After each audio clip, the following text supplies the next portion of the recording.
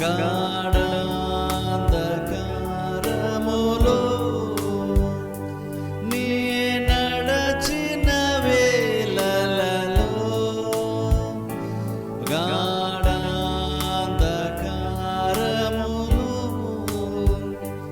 నీ నడచిన వేళలలో కంటి పాప వలె నన్ను కునుకాక కాపాడును. కంటి పాప వలె నన్ను కునుకాక కాపాడును. ప్రభువైన యేసునకి జీవితమంతా పాడేదన్. ప్రభువైన యేసునకి జీవితమంతా పాడేదన్. జడియను బెదరను నా యేసు నాతో నుండగా. జడియను బెదరను నా యేసు నాతో నుండగా. మరణపు లోయలలో నీ నడచిన వేళలలో మరణపు లోయలలో నీ నడచిన వేళలలో నీ తోడు కారాయు నీ దానము ఆదరించును. నీ తోడు కారాయు నీ దానము ఆదరించును. నాగిన్నె పొర్లుచున్నది శుద్ధాత్మతో నింపెను. నాగిన్నె పొర్లుచున్నది శుద్ధాత్మతో నింపెను. జడియను బెదరను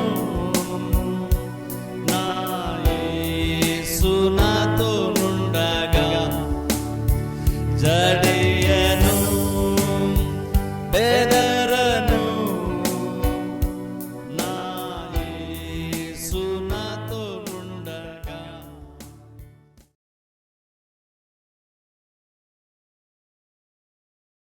మొదటి 3 వచనాలు మనం చదువుకుందాం. నెహెమ్యా గ్రంథములో నుండి 2వ అధ్యాయము మొదటి 3 వచనాలు మనం చదువుకుందాం. మీరందరూ అక్కడ బైబిల్లో ఫాలో అవ్వండి. అటు తర్వాత అర్తహశస్తారాజు ఏలుబడి కాలమున 25వ సంవత్సరములో నీసాను మాసమందు రాజు ద్రాక్షారసము త్రాగవలనని చూచుచుండగా నేను ద్రాక్షారసము తీసుకుని రాజునకు అందించి తిని. అంతకు పూర్వము నేనెన్నడూనూ అతని ఎదుట విచారముగా ఉండలేదు. కాగా రాజు, నీకు వ్యాధి లేదు గదా, నీ ముఖము విచారముగా ఉన్నదేమి? నీ హృదయ దుఃఖము చేతనే అది కలిగినదని నాతో అనగా, నేను మిగులు భయపడి రాజు చిరంజీవి యగునుగాక, నా పితరుల సమాధులుండు పట్టణము పాడైపోయి దాని గుమ్మములను అగ్నిచేత కాల్చబడి ఉండగా నాకు దుఃఖముఖము లేకపోవునా అని రాజుతో అంటిని. చాలు. ఈరోజు నెహెమ్యా గ్రంథంలో 2వ అధ్యాయాన్ని మనం చూసుకుందాం.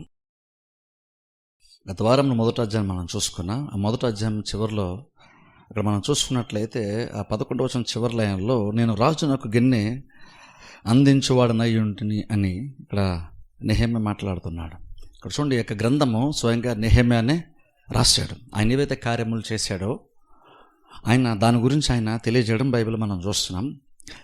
ఈ కాలం మనం చూసుకున్నట్లయితే యెర్మీయా గ్రంథంలో దేవుడు ఇజ్రాయేల్ ప్రజలు చెరగా వెళ్ళిపోతారని దేవుడు తెలియజేశాడు. అలా చెరగా వెళ్ళిపోయిన తర్వాత కొంతకాలం తర్వాత దేవుని యొక్క మందిరము యూదా పట్టణంలో కట్టబడింది. దానికి కారణం ఏంటంటే, ఎలాగైతే చెరపట్టబడటానికి ఈ నెబుకద్నెజరు రాజు 2-3 దఫాలుగా వచ్చి బానిసలుగా తీసుకుని వెళ్ళిపోయాడు, అలాగనే విడుదల పొందుకునేటప్పుడు కూడా అందరూ ఒకసారి విడుదల పొందుకోలేదు, కానీ కొద్దిమందిగా అలా విడుదల పొందుకున్నారు. అలా విడుదల పొందుకున్నటువంటి వారిలో కొంతమంది ఆల్రెడీ యెరూషలేం పట్టణానికి, యూదా పట్టణానికి చాలామంది వెళ్ళిపోయారు. అలా వెళ్ళిపోయినటువంటి వారిలో ఎజ్రా అనేటువంటి ఆయన కూడా ఒకడు. ఆ ఎజ్రా కూడా ఏం చేశాడంటే, ఎజ్రా యొక్క నాయకత్వంలో దేవుని యొక్క మందిరం అయితే కట్టబడింది. కట్టబడటాన్ని బట్టి అక్కడ కొన్ని సాంప్రదాయాలు, ఆచారాలు ఏవైతే దేవుడు నియమించాడు అవి కూడా జరుగుతున్నాయి. అయినను దేవుని యొక్క మందిరం కట్టబడినప్పుడు కూడా ఇంకను ఇజ్రాయేల్ ప్రజలకి కొంత ఇబ్బందులు వాళ్ళు గురవుతూనే ఉన్నారు. అది మొదటి అధ్యాయంలో మనం చూసుకున్నప్పుడు కొంతమంది యూదులు వచ్చి నెహెమ్యాతో ఆ మాట చెప్పినప్పుడు నెహెమ్యా పాపం చాలా బాధపడినట్లుగా బైబిల్ మనం చూస్తాం. ఆ తర్వాత నెహెమ్యాకు విషయం తెలిసినప్పుడు అప్పటి నుంచి నెహెమ్యా ఏంటంటే దేవుడు ఇచ్చినటువంటి ఆ బాధ్యతను బట్టి, తలంపును బట్టి ప్రార్థన చేస్తున్నాడు. ఓ టైం వచ్చినప్పుడు ఇక్కడ మనం 2వ అధ్యాయం మనం చూస్తున్నప్పుడు సుమారు ఒక 3 నెలలు 4 నెలలు గడిచిన తర్వాత, అన్న అక్కడ స్పెసిఫిక్ మనం చూస్తే అక్కడ టైం కూడా ఇవ్వబడుతుంది. నీసాను కాలం సంథింగ్ కదా, అలా మనం ఇక్కడ చూస్తున్నాం. అంటే అర్థం ఏంటంటే, ఆ కాలం ఎందుకు దేవుడు అక్కడ రాయించుంచాడంటే, ఓ రకంగా మనం ఏం తెలుసుకోండి దాన్ని బట్టి నెహెమ్యా ఏ టైంలో ప్రార్థన స్టార్ట్ చేశాడో, ఏ టైంకి ఆ ప్రార్థన జవాబు వచ్చిందో కూడా ఇక్కడ దేవుడు మనకి రాయించుంచాడు. నెహెమ్యా ఈరోజు ప్రార్థన చేశాడు వెంటనే జవాబు వచ్చేసిందని కాదు. నెహెమ్యా కూడా అక్కడ కాలాన్ని బట్టి మనం క్యాల్కులేట్ చేస్తే సుమారుగా 4 నెలల వరకు కూడా, 3 నుంచి 4 నెలల వరకు కూడా నెహెమ్యా ప్రార్థన చేస్తూనే ఉన్నాడు. అలా ప్రార్థన చేస్తున్నాడు. యాక్చువల్ ఇంకా నెహెమ్యా కూడా 2వ అధ్యాయం మనం చూస్తే రాజుతో మాట్లాడాలన్న ఆలోచన యాక్చువల్ నెహెమ్యాకి ఇంకా రాలేదు, కానీ నెహెమ్యా ఏంటంటే ప్రార్థన చేస్తూనే ఉన్నాడు. బహుశా ఏంటంటే తను దేవుడిచ్చేటువంటి అవకాశం కొరకు, దేవుడిచ్చేటువంటి నడిపింపు కొరకు, ఆ సరైనటువంటి సమయం కొరకు నెహెమ్యా బహుశా ఎదురు చూస్తూ ఉండుంటాడు. ఇక నెహెమ్యా 4 నెలలు ప్రార్థన చేస్తాడంటే అవకాశం కొరకు చోట్ల దూరిని గుడ్డిగా ప్రార్థన చేస్తూ ఒక నామకార్థ క్రైస్తవులా చేసుకుంటూ వెళ్ళిపోతున్నాడు అని కాదు. ఇక్కడ నెహెమ్యా చేసిన ప్రార్థనలో చాలా డెడికేషన్ మనకు కనబడుతుంది. కేవలం ఏదో ఊరినే కొంతమంది క్రైస్తవులు ఏదో నేను ప్రార్థన చేస్తాను ప్రార్థన చేస్తున్నా కాదు. నెహెమ్యా యాక్చువల్ ఎందుకు ప్రార్థన చేస్తున్నాడంటే, ఏవో కొన్ని కార్యాలు చేద్దామనేటువంటి ఒక ఆలోచన, దేవుని యొక్క ఉద్దేశాలను బట్టి వచ్చినటువంటి తలంపులను బట్టి ప్రార్థించడం స్టార్ట్ చేశాడు. కానీ నెహెమ్యా యొక్క ఉద్దేశం కేవలము ప్రాబ్లం ఉంది కాబట్టి నేను ప్రార్థన చేస్తాను, అంతకుమించి నేనేం చేయగలను అన్నట్లుగా ప్రార్థన స్టార్ట్ చేయలేదు. ఇక్కడ ఆయన 4 నెలలు ప్రార్థన చేస్తూనే ఉన్నాడు. 2వ అధ్యాయంలోకి వచ్చేసరికి అవకాశం వచ్చినప్పుడు అది దేవుడిచ్చినటువంటి అవకాశం అనుకొని రాజు దగ్గర మనవి చేయడం బైబిల్ మనం చూస్తున్నాం. అదేం చెప్తుందంటే, నెహెమ్యా ప్రార్థన చేసినప్పుడు నేను ప్రార్థన చేస్తాను అనుకొని ప్రార్థన చేయట్లేదు, నేను కొన్ని కార్యాలు చేద్దాం అనుకుంటున్నాను, ఆ యెరూషలేం పట్టణము నేనేదో ఒకటి నా వంతు ప్రయత్నం నేను చేద్దాం అనుకుంటున్నాను అనేటువంటి తలంపు ఆల్రెడీ నెహెమ్యా యొక్క మనసులో ఉంది. కాబట్టి ఆ కార్యము చేయడానికి మునుపు ప్రార్థనతో ఆయన స్టార్ట్ చేశాడు. ఆయన దాని గురించి ప్రార్థన చేస్తూ ఆ సరైన సమయం కొరకు, సరైన ప్రేరేపణ కొరకు, సరైన నడిపింపు కొరకు నెహెమ్యా మొదటి అధ్యాయంలో ప్రార్థన చేశాడు. అందుకే మనం చూస్తే ప్రార్థన చేస్తున్నాడు. సుమారు 4 నెలలు ప్రార్థన చేసిన తర్వాత 2వ అధ్యాయంలో నెహెమ్యా అవకాశం దొరికిన దాన్ని బట్టి నెహెమ్యా రాజుతో ఆయనకి ఏదైతే అనిపించిందో, ఏదైతే భారం ఉందో ఆ భారాన్ని రాజు దగ్గర పంచుకోవడం బైబిల్ మనం చూస్తున్నాం. అయితే ఇక్కడ చూడండి, మొదటి అధ్యాయం చివరిలో చూస్తే రాజుకి గిన్నె అందించువాడై ఉండడం బైబిల్ మనం చూస్తున్నాం. నెహెమ్యా యొక్క పని ఏంటి? రాజభవనంలో అంటే నెహెమ్యా యొక్క పని ఏంటంటే, రాజుకి ఆహారం కానీ, పానం కానీ, అంటే ద్రాక్షరసం ఇలాంటివి తాగేటప్పుడు కానీ, లేదా భోజనం చేసేటప్పుడు కానీ, ఆ భోజనాన్ని అంటే ముందుగా కొంచెం ఫోర్టేస్ట్ చేస్తాడు, అంటే ముందుగా కొంచెం రుచి వస్తాడు. ఎందుకంటే అది కేవలము టేస్ట్ కోసం కాదు, అది చాలా ప్రాముఖ్యమైన కార్యం. నెహెమ్యా చేసేటువంటి పని చాలా నమ్మకస్తులకు మాత్రమే ఒక రాజు అప్పగిస్తాడు. ఎందుకంటే ఆ రోజుల్లో ఏంటంటే, మనం గనక రాజుని ఒకవేళ ఎలాగైనా సరే కుతంత్రంతో అయినా సరే చంపగలిగితే, ఆ చంపేటువంటి వాడు వెంటనే ఆ సింహాసనాన్ని ఆక్యుపై చేసుకొని తానే రాజుగా తను తాను ప్రకటించుకోవచ్చు. అది ఆ రోజుల్లో సహజంగా న్యాయంగానే అనిపించేది ఆ రోజుల్లో.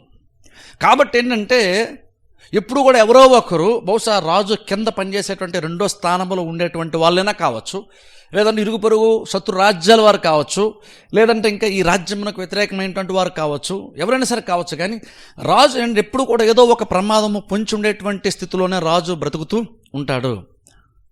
అందుకని ఏంటంటే రాజులు ఆ రోజులు ఏం చేస్తుంటే, ఇలాగ కొంతమందిని వాళ్ళు భోజనం చేయడానికి మునుపు, అలాగే దాన్ని తాగడానికి మునుపు ప్రతిదీ కూడా ఇలా నెహెమ్యా లాంటి వాళ్ళు కొంతమంది నమ్మకస్తులను పెట్టుకుంటారు. వాళ్ళని ముందుగా వాళ్ళని దాన్ని తాగమంటారు, కొంత తినమంటారు. అలా తినేది కొంత టైం వాళ్ళు వెయిట్ చేస్తారు. ఆ విషప్రయోగం ఏమైనా జరిగిందేమో అందులో అని వెయిట్ చేసి అప్పుడు ఇలా టేస్ట్ చేసినటువంటి నెహెమ్యా లాంటి వాళ్ళకి ఏం అవ్వకపోతే అప్పుడు ఆ రాజు ఆ ఆహారాన్ని భుజిస్తాడు, లేదంటే ఆ పానాన్ని తాగుతాడు.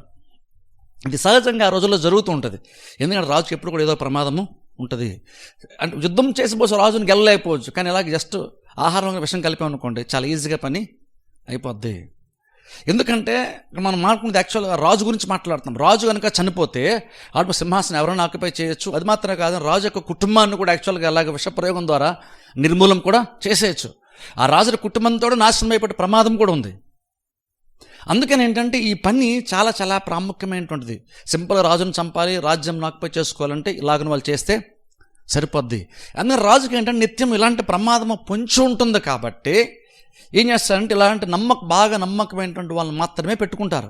అలాగే నమ్మకమైనటువంటి వాళ్ళు నెహెమ్యా ఒకడే ఇక్కడ మనం చూస్తున్నాం. ఈ నెహెమ్యా ఏంటంటే రాజు దగ్గర ఉండి అవి అందిస్తున్నాడు. కేవలం అందించడం అని కాదు, దాన్ని టేస్ట్ చేస్తాడు. ఇప్పుడు ఒకసారి ఆలోచించండి, నెహెమ్యా ఎలాంటి పొజిషన్లో ఒకసారి ఆలోచించండి. అంటే ఓ రకం రాజు యొక్క ప్రాణము, రాజ్యం యొక్క భవిష్యత్తు సింపుల్ చెప్పాలంటే ఎవరి చేతులు ఉందంటే, ఒకవేళ ఎవరన్నా కనుక శత్రులు కనుక నెహెమ్యాని కనుక వాళ్ళకు అనుకూలంగా మలుచుకోగలిగితే రాజుని చంపేయడం చాలా చాలా ఈజీ. అంటే అంత ప్రాముఖ్యమైనటువంటి ఒక స్థానంలో నెహెమ్యా ఉన్నాడు. శత్రులు ఎవరైనా కనుక నెహెమ్యాని మంచిగా చేసుకుంటే చాలు, రాజు యొక్క ప్రాణాలు ఈజీగా తీసేయచ్చు. అంత ప్రాముఖ్యమైనటువంటి ఒక పొజిషన్లో, ఒక స్థానంలో, ఒక పదవిలో నెహెమ్యా ఉన్నాడు. కాబట్టి ఒక నమ్మకంగా ఆ పనిని నెహెమ్యా చేస్తున్నాడు. ఇప్పుడు అలా చేస్తున్నాడు. బైబిల్ ఇక్కడ మనం చూస్తున్నాం ఆ పని ఆయన చేస్తున్నాడు. ఒకసారి ఆలోచిద్దాం. బానిసలుగా వచ్చేసారు, వాగ్దాన దేశం నుండి బానిసలు వచ్చారు. యాక్చువల్ చెప్పాలంటే ఈ రాజుల వల్ల, ఈ బబులోను రాజుల వల్లనే వాళ్ళు బానిసలుగా వెళ్ళిపోవాల్సి వచ్చింది. అయినా సరే ఒకసారి ఆలోచించాం, నెహెమ్యా చూడండి ఎంత నమ్మకంగా ఈ రాజుకి పనిచేస్తూ ఉన్నాడో. ఎంతగా రాజు నెహెమ్యాను నమ్ముంటే ఈ పనిని నెహెమ్యాకి ఆయన అప్పగించినట్టు ఒకసారి ఆలోచించాలి మనం. కాబట్టి చాలా ప్రాముఖ్యమైనటువంటి ఒక పొజిషన్లో నెహెమ్యా ఉన్నాడు. ఆ పొజిషన్లో ఉంటూ ఇంకను యెరూషలేము దేవాలయం పట్ల, లేదా యెరూషలేము ప్రజల పట్ల, యెరూషలేము పట్టణం పట్ల, ప్రాకారాల పట్ల నెహెమ్యాకి ఎంతగానో భారం, ఎంతగానో బాధ్యత, ఎంతగానో ప్రేమ నెహెమ్యాకి ఉంది. అందులో టైం వచ్చినట్టు బైబిల్ మనం చూస్తుంటే రాజు కన్నా ద్రాక్షరసం అందించాలని చూస్తూ ఉన్నప్పుడు అక్కడ బైబిల్ మనం చూస్తే అందిస్తున్నాడంట. అంతకు పూర్వము నేను ఎన్నడూను అతని ఎదుట విచారముగా ఉండలేదు. కాగా రాజు, నీకు వ్యాధి లేదు కదా, నీ ముఖము విచారంగా ఉన్నదేమి, నీ హృదయ దుఃఖము చేతనే అది కలిగినదని నాతో అనగా నేను మిగిలి భయపడి. గమనించండి, ఒక టైం వచ్చినప్పుడట బైబిల్ మనం చూస్తే నెహెమ్యా రాజు దగ్గరట చాలా విచారము ఉన్నాడట. నెహెమ్యా రాజు దగ్గర. ఇప్పుడు చూడండి, విచారం ఉన్నప్పుడు రాజు అడుగుతాడు, నీకు ఎటువంటి జబ్బులు, ఎటువంటి హెల్త్ ప్రాబ్లమ్స్ ఏం లేవు కదా, నువ్వెందుకు ఇలా డల్గా నా ముందు కనబడుతుంది, నీ ముఖం ఎందుకు విచారంగా ఉంది అన్నప్పుడు బైబిల్ మనం చూస్తే అక్కడ బైబిల్ చెప్తున్న మాట ఏంటంటే నెహెమ్యా భయపడడం బైబిల్ మనం చూస్తున్నాం. నెహెమ్యా భయపడ్డాడు. ఇప్పుడు చూడండి, ఎందుకు భయపడతారంటే ఆ రోజుల్లో ఏంటంటే రాజుల దగ్గర ఉన్న వాళ్ళు చాలా నీట్గా ఉండాలి. అది మాత్రమే కాదు, వాళ్ళు చాలా యాక్టివ్గా ఉండాలి, చాలా హెల్తీగా ఉన్నట్లుగా వాళ్ళు హుందాగా వాళ్ళు కనబడాలి. రాజులు ఎలాంటి వాళ్ళ మధ్యన ఉండడానికి ఇష్టపడతారంటే ఆరోగ్యంగా ఉంటూ, మంచిగా ఉంటూ, యాక్టివ్గా ఉంటూ, చురుగ్గా ఉండేటువంటి వారి మధ్యన రాజు ఉండడానికి ఇష్టపడతాడు. ఎందుకంటే ఇది రాజు యొక్క పేరు ప్రఖ్యాతులకు సంబంధించిన ఒక కార్యము. అది మాత్రం కాదని ఇంకొక ప్రాముఖ్యమైన విషయం ఏంటంటే, రాజు దగ్గర ఉంటూ కూడా ఎవరికి ఎటువంటి ప్రాబ్లమ్స్ ఒకవేళ ఉన్నా సరే రాజు దగ్గర ఉన్నప్పుడు మాత్రము వాళ్ళు తమ బాధను బయటకు కనబడకుండా జాగ్రత్త పడేవాళ్ళు. ఎందుకు అలాగంటే బేసిక్గా రాజుల యొక్క యాటిట్యూడ్, వాళ్ళ యొక్క వైఖరి ఏంటంటే, అంటే ఎలాంటి ఆలోచనతో ఆ వాతావరణం ఉంటుందంటే, రాజు ఎలా ఫీల్ అంటే, నువ్వు నా మధ్య ఉన్నప్పుడు, నువ్వు నా సన్నిధిలో ఉన్నప్పుడు రాజ్యం అంతటి మీద నాకు అధికారం ఉంది కాబట్టి, నేను ఏదన్నా చేయగలిగేటువంటి సామర్థ్యం నాకు ఉంది కాబట్టి, నువ్వు నా ఎదురుగా నువ్వు ఉన్నప్పుడు నువ్వు నా గురించి ఆలోచించాలి తప్ప నువ్వు నీ ప్రాబ్లమ్స్ గురించి ఆలోచించిన వీలు లేదు. నేను ఎంత గొప్ప ఉన్నంటే, నువ్వు నా ఎదురుగా వచ్చినప్పటికే, నేను ఎదురుగా ఉన్నానంటేనే నువ్వు ఆటోమేటిక్గా నీ ప్రాబ్లమ్స్ని మర్చిపోవాలి. ఎందుకంటే నేను అది గొప్పవాడిని, నేను నీ ప్రాబ్లమ్స్ని చిటికలో సాల్వ్ చేయగలవాడను కాబట్టి, నువ్వు నా ముందుకు వచ్చి కూడా ఇంకనూ నీ ప్రాబ్లమ్స్ గురించి నువ్వు ఇక్కడ మాట్లాడుతూ, లేదా నీ ప్రాబ్లమ్స్ గురించి ఆలోచిస్తూ నా ముందు నువ్వు చింతగా ఉండకూడదు. ఎందుకంటే నువ్వు ఎవరి సన్నిధిలో ఉన్నావంటే రాజు యొక్క సన్నిధిలోనే ఉన్నావు. నువ్వు రాజు ముందు ఉన్నావంటే నీకు కాన్ఫిడెన్స్ ఉండాలి. ఎందుకంటే నాకు అంత అధికారము ఉంది అంటే అర్థం. ఒకవేళ ఎవరైనా కనుక విచారంగా ఉంటే రాజు ఎలా చూసాడంటే, నేను ఈ ప్రాబ్లం సాల్వ్ చేయాలంటగా నువ్వు ముఖం విచారంగా నువ్వు పెట్టుకున్నావు, నేను సాల్వ్ చేయాలంటే అర్థం ఏంటంటే నాకు అంత సామర్థ్యం లేదని నువ్వు అనుకుంటున్నావు, అది నాకు అవమానం అన్నట్టుగా రాజు భావిస్తాడు. జస్ట్ ఇది ఇక్కడ ఏదో నెహెమ్యా ఏంటో డల్గా ఉన్నాడు ఏంటో అని తెలుసుకోవడం గురించి కాదు. యాక్చువల్గా నెహెమ్యా ఎందుకు భయపడ్డాడంటే, రాజుల దగ్గర ఉన్నప్పుడు ప్రజల్లో కానీ ఎవరైనా సరే అలా ఉండడానికి వీలు లేదు. వాళ్ళు ఎన్ని ప్రాబ్లమ్స్ అయినా సరే ఉన్నాయండి, కానీ రాజు దగ్గరికి వచ్చిన మాత్రము వాళ్ళు చాలా హ్యాపీగా ఉండాలి, చాలా ధైర్యంగా ఉండాలి. ఎందుకు ధైర్యంగా ఉండాలి? ఏదో రాజు దగ్గర నటించమని కాదు, నువ్వు రాజు దగ్గరికి ఎలాగో వచ్చేసావు కాబట్టి, నువ్వు రాజు ముందు నిలబడ్డావు కాబట్టి, నీ ప్రాబ్లమ్స్ కంటే రాజు గొప్పడు కాబట్టి, నువ్వు రాజు సముఖంలో ఉన్నప్పుడు నీ ప్రాబ్లం నీకు చాలా చిన్నగా కనిపించాలి. నువ్వు రాజు ఎదురు నిలబడినప్పుడు నీ ప్రాబ్లమ్స్ అసలు పెద్ద లెక్కగానే నీకు ఉండకూడదు. ఎందుకంటే నువ్వు రాజు ముందు ఉన్నావు, ఆయన ఏదన్నా సరే చేయగలడు కాబట్టి నీ ప్రాబ్లమ్స్ పెద్ద ఇష్యూగా నీకు ఉండకూడదు. అది రాజు ఏంటంటే తన యొక్క మహిమకు సంబంధించిన కార్యంగా, తన గౌరవానికి సంబంధించినట్లుగా రాజులు ఆ రోజుల్లో చూసేవాళ్ళు. అందుకని ఇక్కడ నెహెమ్యా ఎప్పుడైతే డల్గా ఉన్నాడో, అమ్మయ్య పోనీ నా గురించి అది అడిగాడులే, ఈ టైంలో నేను చెప్పేద్దాం అని అనుకోలేదు. నెహెమ్యా యాక్చువల్గా భయపడ్డాడని బైబిల్ మనం చూస్తున్నాం. ఎందుకంటే అలా ఉంటే రాజు కనుక ఒకవేళ కనుక మంచి మూడ్లో ఉండి అర్థం చేసుకుంటే ఒకవేళ కనుక ఇప్పుడు పర్వాలేదు, లేదనగా రాజు కనుక కొంచెం కనుక అది మూడ్ ఆఫ్ అయ్యి తనకు అది అవమానం ఫీల్ అయ్యాడు అనుకోండి, వెంటనే నెహెమ్యాకి తల నరికేయచ్చు, లేదా శాశ్వతంగా జైల్లో కూడా పెట్టి ఉంచేచ్చు అలాగా జీవితాంతం వరకు. కాబట్టి ఇది ఒక రకంగా చెప్పాలంటే ఇలాంటి సిచ్యువేషన్లో నెహెమ్యా ఆ మూమెంట్లో ఉన్నాడంటే లైఫ్ అండ్ డెత్ సిచ్యువేషన్ ఉండని చెప్పచ్చు. ఒక రకంగా రాజు యొక్క దయ మీద పూర్తిగా ఆ క్షణంలో నెహెమ్యా యొక్క ప్రాణం భవిష్యత్తు ఆధారపడి ఉంది. అది మాత్రంగా నెహెమ్యా యొక్క ప్రాణం మాత్రం కాదు. ఒక రకంగా చెప్పాలంటే ఆ టైంలో మనం చూస్తే అక్కడ నెహెమ్యా ఆల్రెడీ 3 నెలల నుంచి ప్రార్థన చేస్తున్నాడు కాబట్టి నెహెమ్యా యొక్క ఫ్యూచరే కాదు, యెరూషలేము ప్రాకారం లెక్క ఫ్యూచర్ కూడా అక్కడ నెహెమ్యా మీద డిపెండ్ అయ్యి ఉంది. ఇప్పుడు ఒకళ్ళు నిజంగా చనిపోతే నెహెమ్యా కూడా చనిపోవట్లేదు. అక్కడ నెహెమ్యా చనిపోతే నెహెమ్యాతో పాటుగా నెహెమ్యాకి దేవుడు ఇచ్చినటువంటి దర్శనము, నెహెమ్యాకి దేవుడు ఇచ్చినటువంటి తలంపు, ఆలోచన అంతా కూడా అక్కడితో ఆగిపోయేటువంటి ప్రమాదం ఉంది. అందుకని నెహెమ్యా అక్కడ విచారం ఉండడం కోసం ఉండలేదు. ఏదో రాజు దగ్గర ఏదో రకంగా నేను రాజుని మభ్యపెట్టేసి ఏదో రకంగా నటించేసైనా రాజు దగ్గర నుండి నేను అనుకుంటున్నాను దాన్ని కొట్టేయాలి ఏదో రకంగా అనుకుని అలా చీప్ ట్రిక్స్ని నెహెమ్యా ప్లే చేయలేదు. ఇక్కడ చీప్గా అల్పంగా ఆలోచించలేదు. యెరూషలేము పట్టణం కట్టబడ్డ ప్రాముఖ్యం కాబట్టి రాజు దగ్గర నటించినా పర్లేదులే అని అలా నటించలేదు. ఇక్కడ ఒక ప్రాముఖ్యమైన పని, దేవుని పని అయినప్పటికీ, దేవుని యొక్క ప్రజల పని అయినప్పటికి కూడా నెహెమ్యా దాని కొరకు ఆయన అప్రోచ్ అయిన విధానము, ఆయన అవలంబించినటువంటి విధానము చాలా చాలా హుందాగా ఉంటుంది, చాలా చాలా గౌరవంగా ఉంటుంది. ఇక్కడ ఏదో తనకేదో ప్రాబ్లం ఉంది, ఆ ప్రాబ్లం నుంచి రాజు అడగాలి, అప్పుడు నెహెమ్యా దాన్ని చెప్పేసుకొని ఏదో రకం రాజు దగ్గర సపోర్ట్ పొందుకోవాలి అనుకొని కావాలని నటించే ప్రయత్నం చేయలేదు. ఇక్కడ నెహెమ్యా నిజంగానే డీసెంట్గానే బిహేవ్ చేద్దాం అనుకున్నాడు. ఆ ప్రాబ్లం బయట కనబడకుండానే ఉందని ట్రై చేస్తున్నాడు.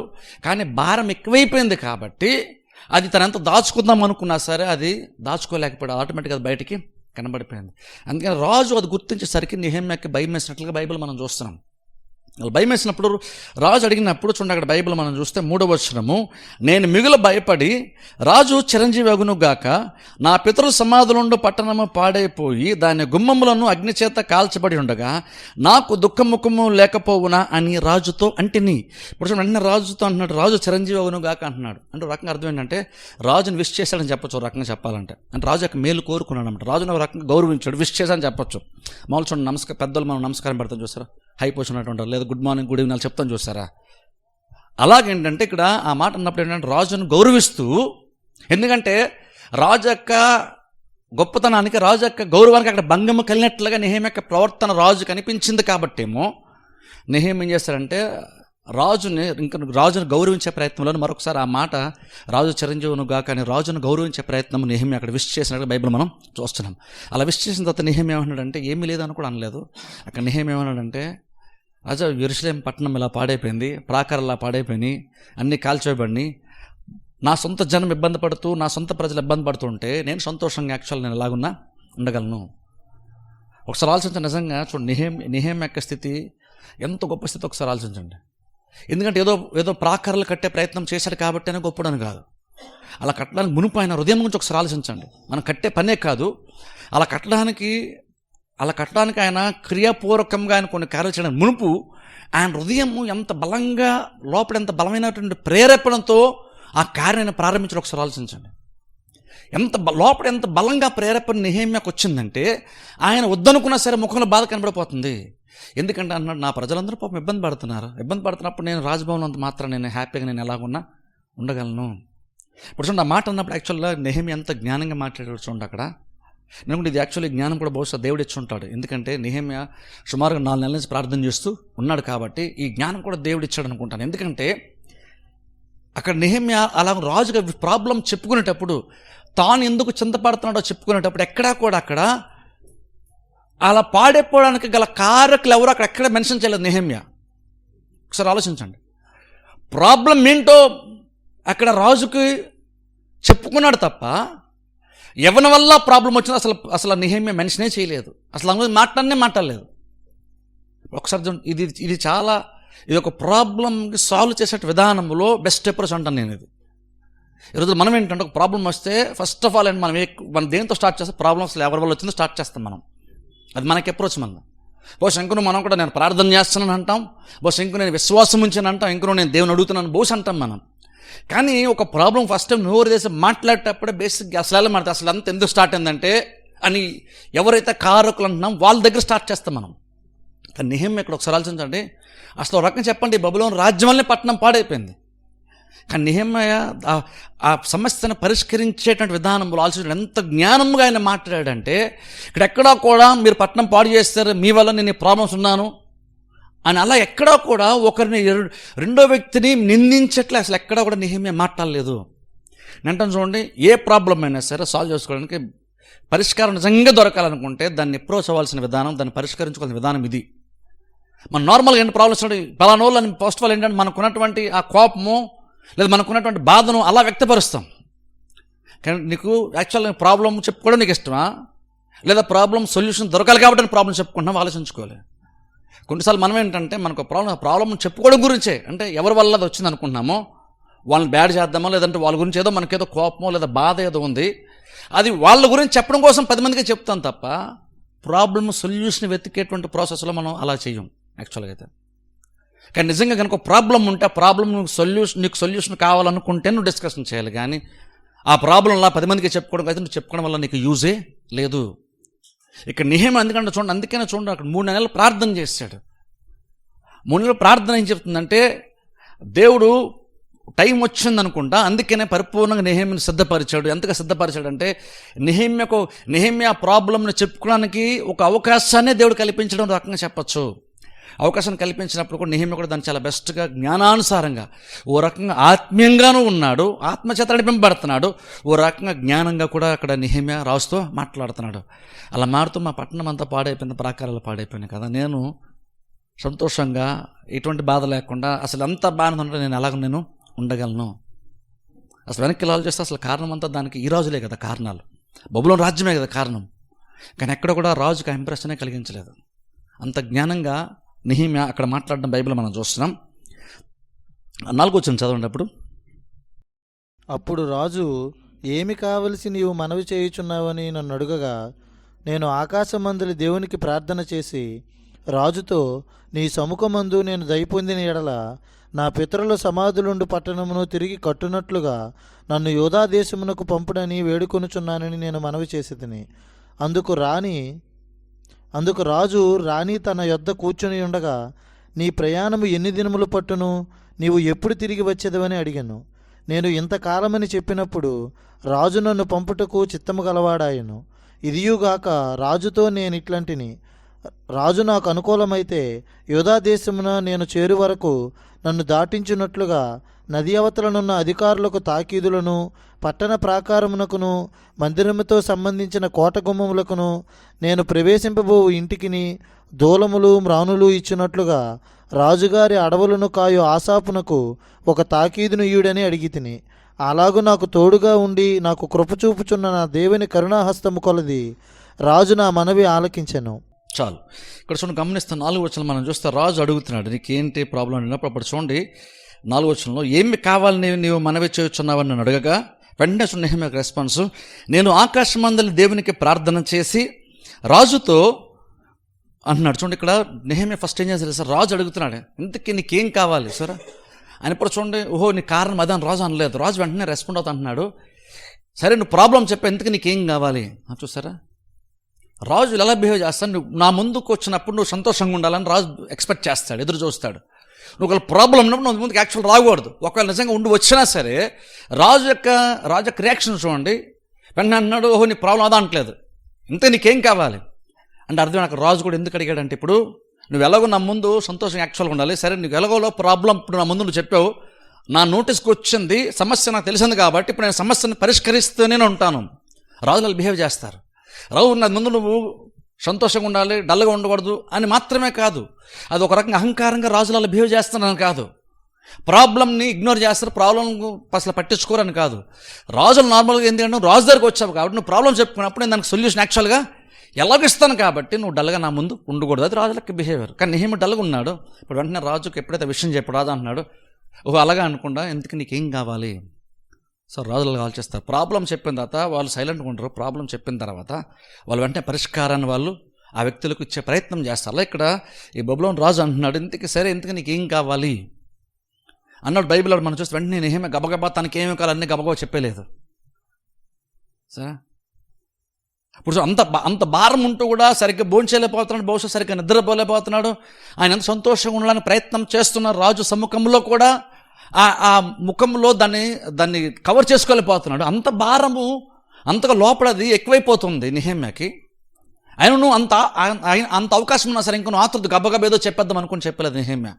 ఎంత కంట్రోల్ ఉన్నాడు చూడండి. అక్కడ ఏదో అవకాశం దొరికింది కదా, రాజు అన్నాడు కదా, గబగబా చెప్పేద్దని అనుకోలేదు. వెంటనే బైబిల్ మనం చూస్తే ఆ మూమెంట్లో, చిన్న మూమెంట్లో, ఆ చిన్న గ్యాప్లో రాజు నీకేం కాని అడిగినప్పుడు వెంటనే ఆ రాజుకి చెప్పడానికి మునుపు చిన్న గ్యాప్లో రాజు డైలాగ్ అన్నాడు, ఈ నెక్స్ట్ ఇంకో మాట అనే లోపు చిన్న ప్రార్థన చేశాడు నెహెమ్యా. ఇప్పుడు చూడండి, మనం చిన్న ప్రార్థన కొన్నిసార్లు బలహీనం అనుకుంటాం, కానీ చిన్న ప్రార్థన ఎంత పవర్ఫుల్ ఒకసారి ఆలోచించండి. అక్కడ ఇప్పుడు చూడండి, ఇక్కడ చూడండి, మనం గమనించే ప్రాబ్లం ఏంటంటే క్రిస్టియన్స్ మనం పెద్ద ప్రార్థన చాలా పవర్ఫుల్ ఏమో, చాలా బలమైన అనుకుంటాం. కానీ కొన్ని సందర్భాల్లో చిన్న ప్రార్థన కూడా చాలా బలమైనవి. చిన్న ప్రార్థనలు బలమైన అన్నానంటే పొరపాటు కూడా మన దగ్గర చాలా టైం ఉంది కానీ 2 నిమిషాలు చేసి ముగించేస్తాను అని అలా అనుకోకండి. నేను చెప్పేది అలా కాదు. నీకు ఎక్కువ టైం ఉన్నప్పుడు నువ్వు నిమిషం మాత్రం ప్రార్థన ముగించేస్తాను అనుకుంటే మాత్రం అది కరెక్ట్ కాదు. అలాగే నాకు తక్కువ టైం ఉంది కానీ ఎక్కువే ప్రార్థన చేస్తాను అనుకుంటే ప్రార్థన చేయడానికి వీలు లేదు. ప్రార్థన చేసేటప్పుడు కూడా సమయాన్ని బట్టి కూడా మనం తెలుసుకొని బెస్ట్గా మనం ప్రార్థన చేయడం మనం నేర్చుకోవాలి. లేదా చిన్న ప్రార్థన సరిపోద్దానని కాదు, మనకి ఎక్కువ టైం ఉన్నా సరే నిమిషం చేసి ఆపేద్దాం ఎందుకంటే చెప్పారు కదా చిన్న ప్రార్థన చాలా అన్నారని కాదు. నిజంగా ఎక్కువ టైం ఉన్నప్పుడు నీకు ప్రార్థన ఎంత బలమైన నీకు అర్థమైతే నీకు టైం ఉంటే ఖచ్చితంగా నువ్వు కొంత ఎక్కువ టైం నువ్వు సాలిడ్గానే టైం నువ్వు స్పెండ్ చేస్తాం.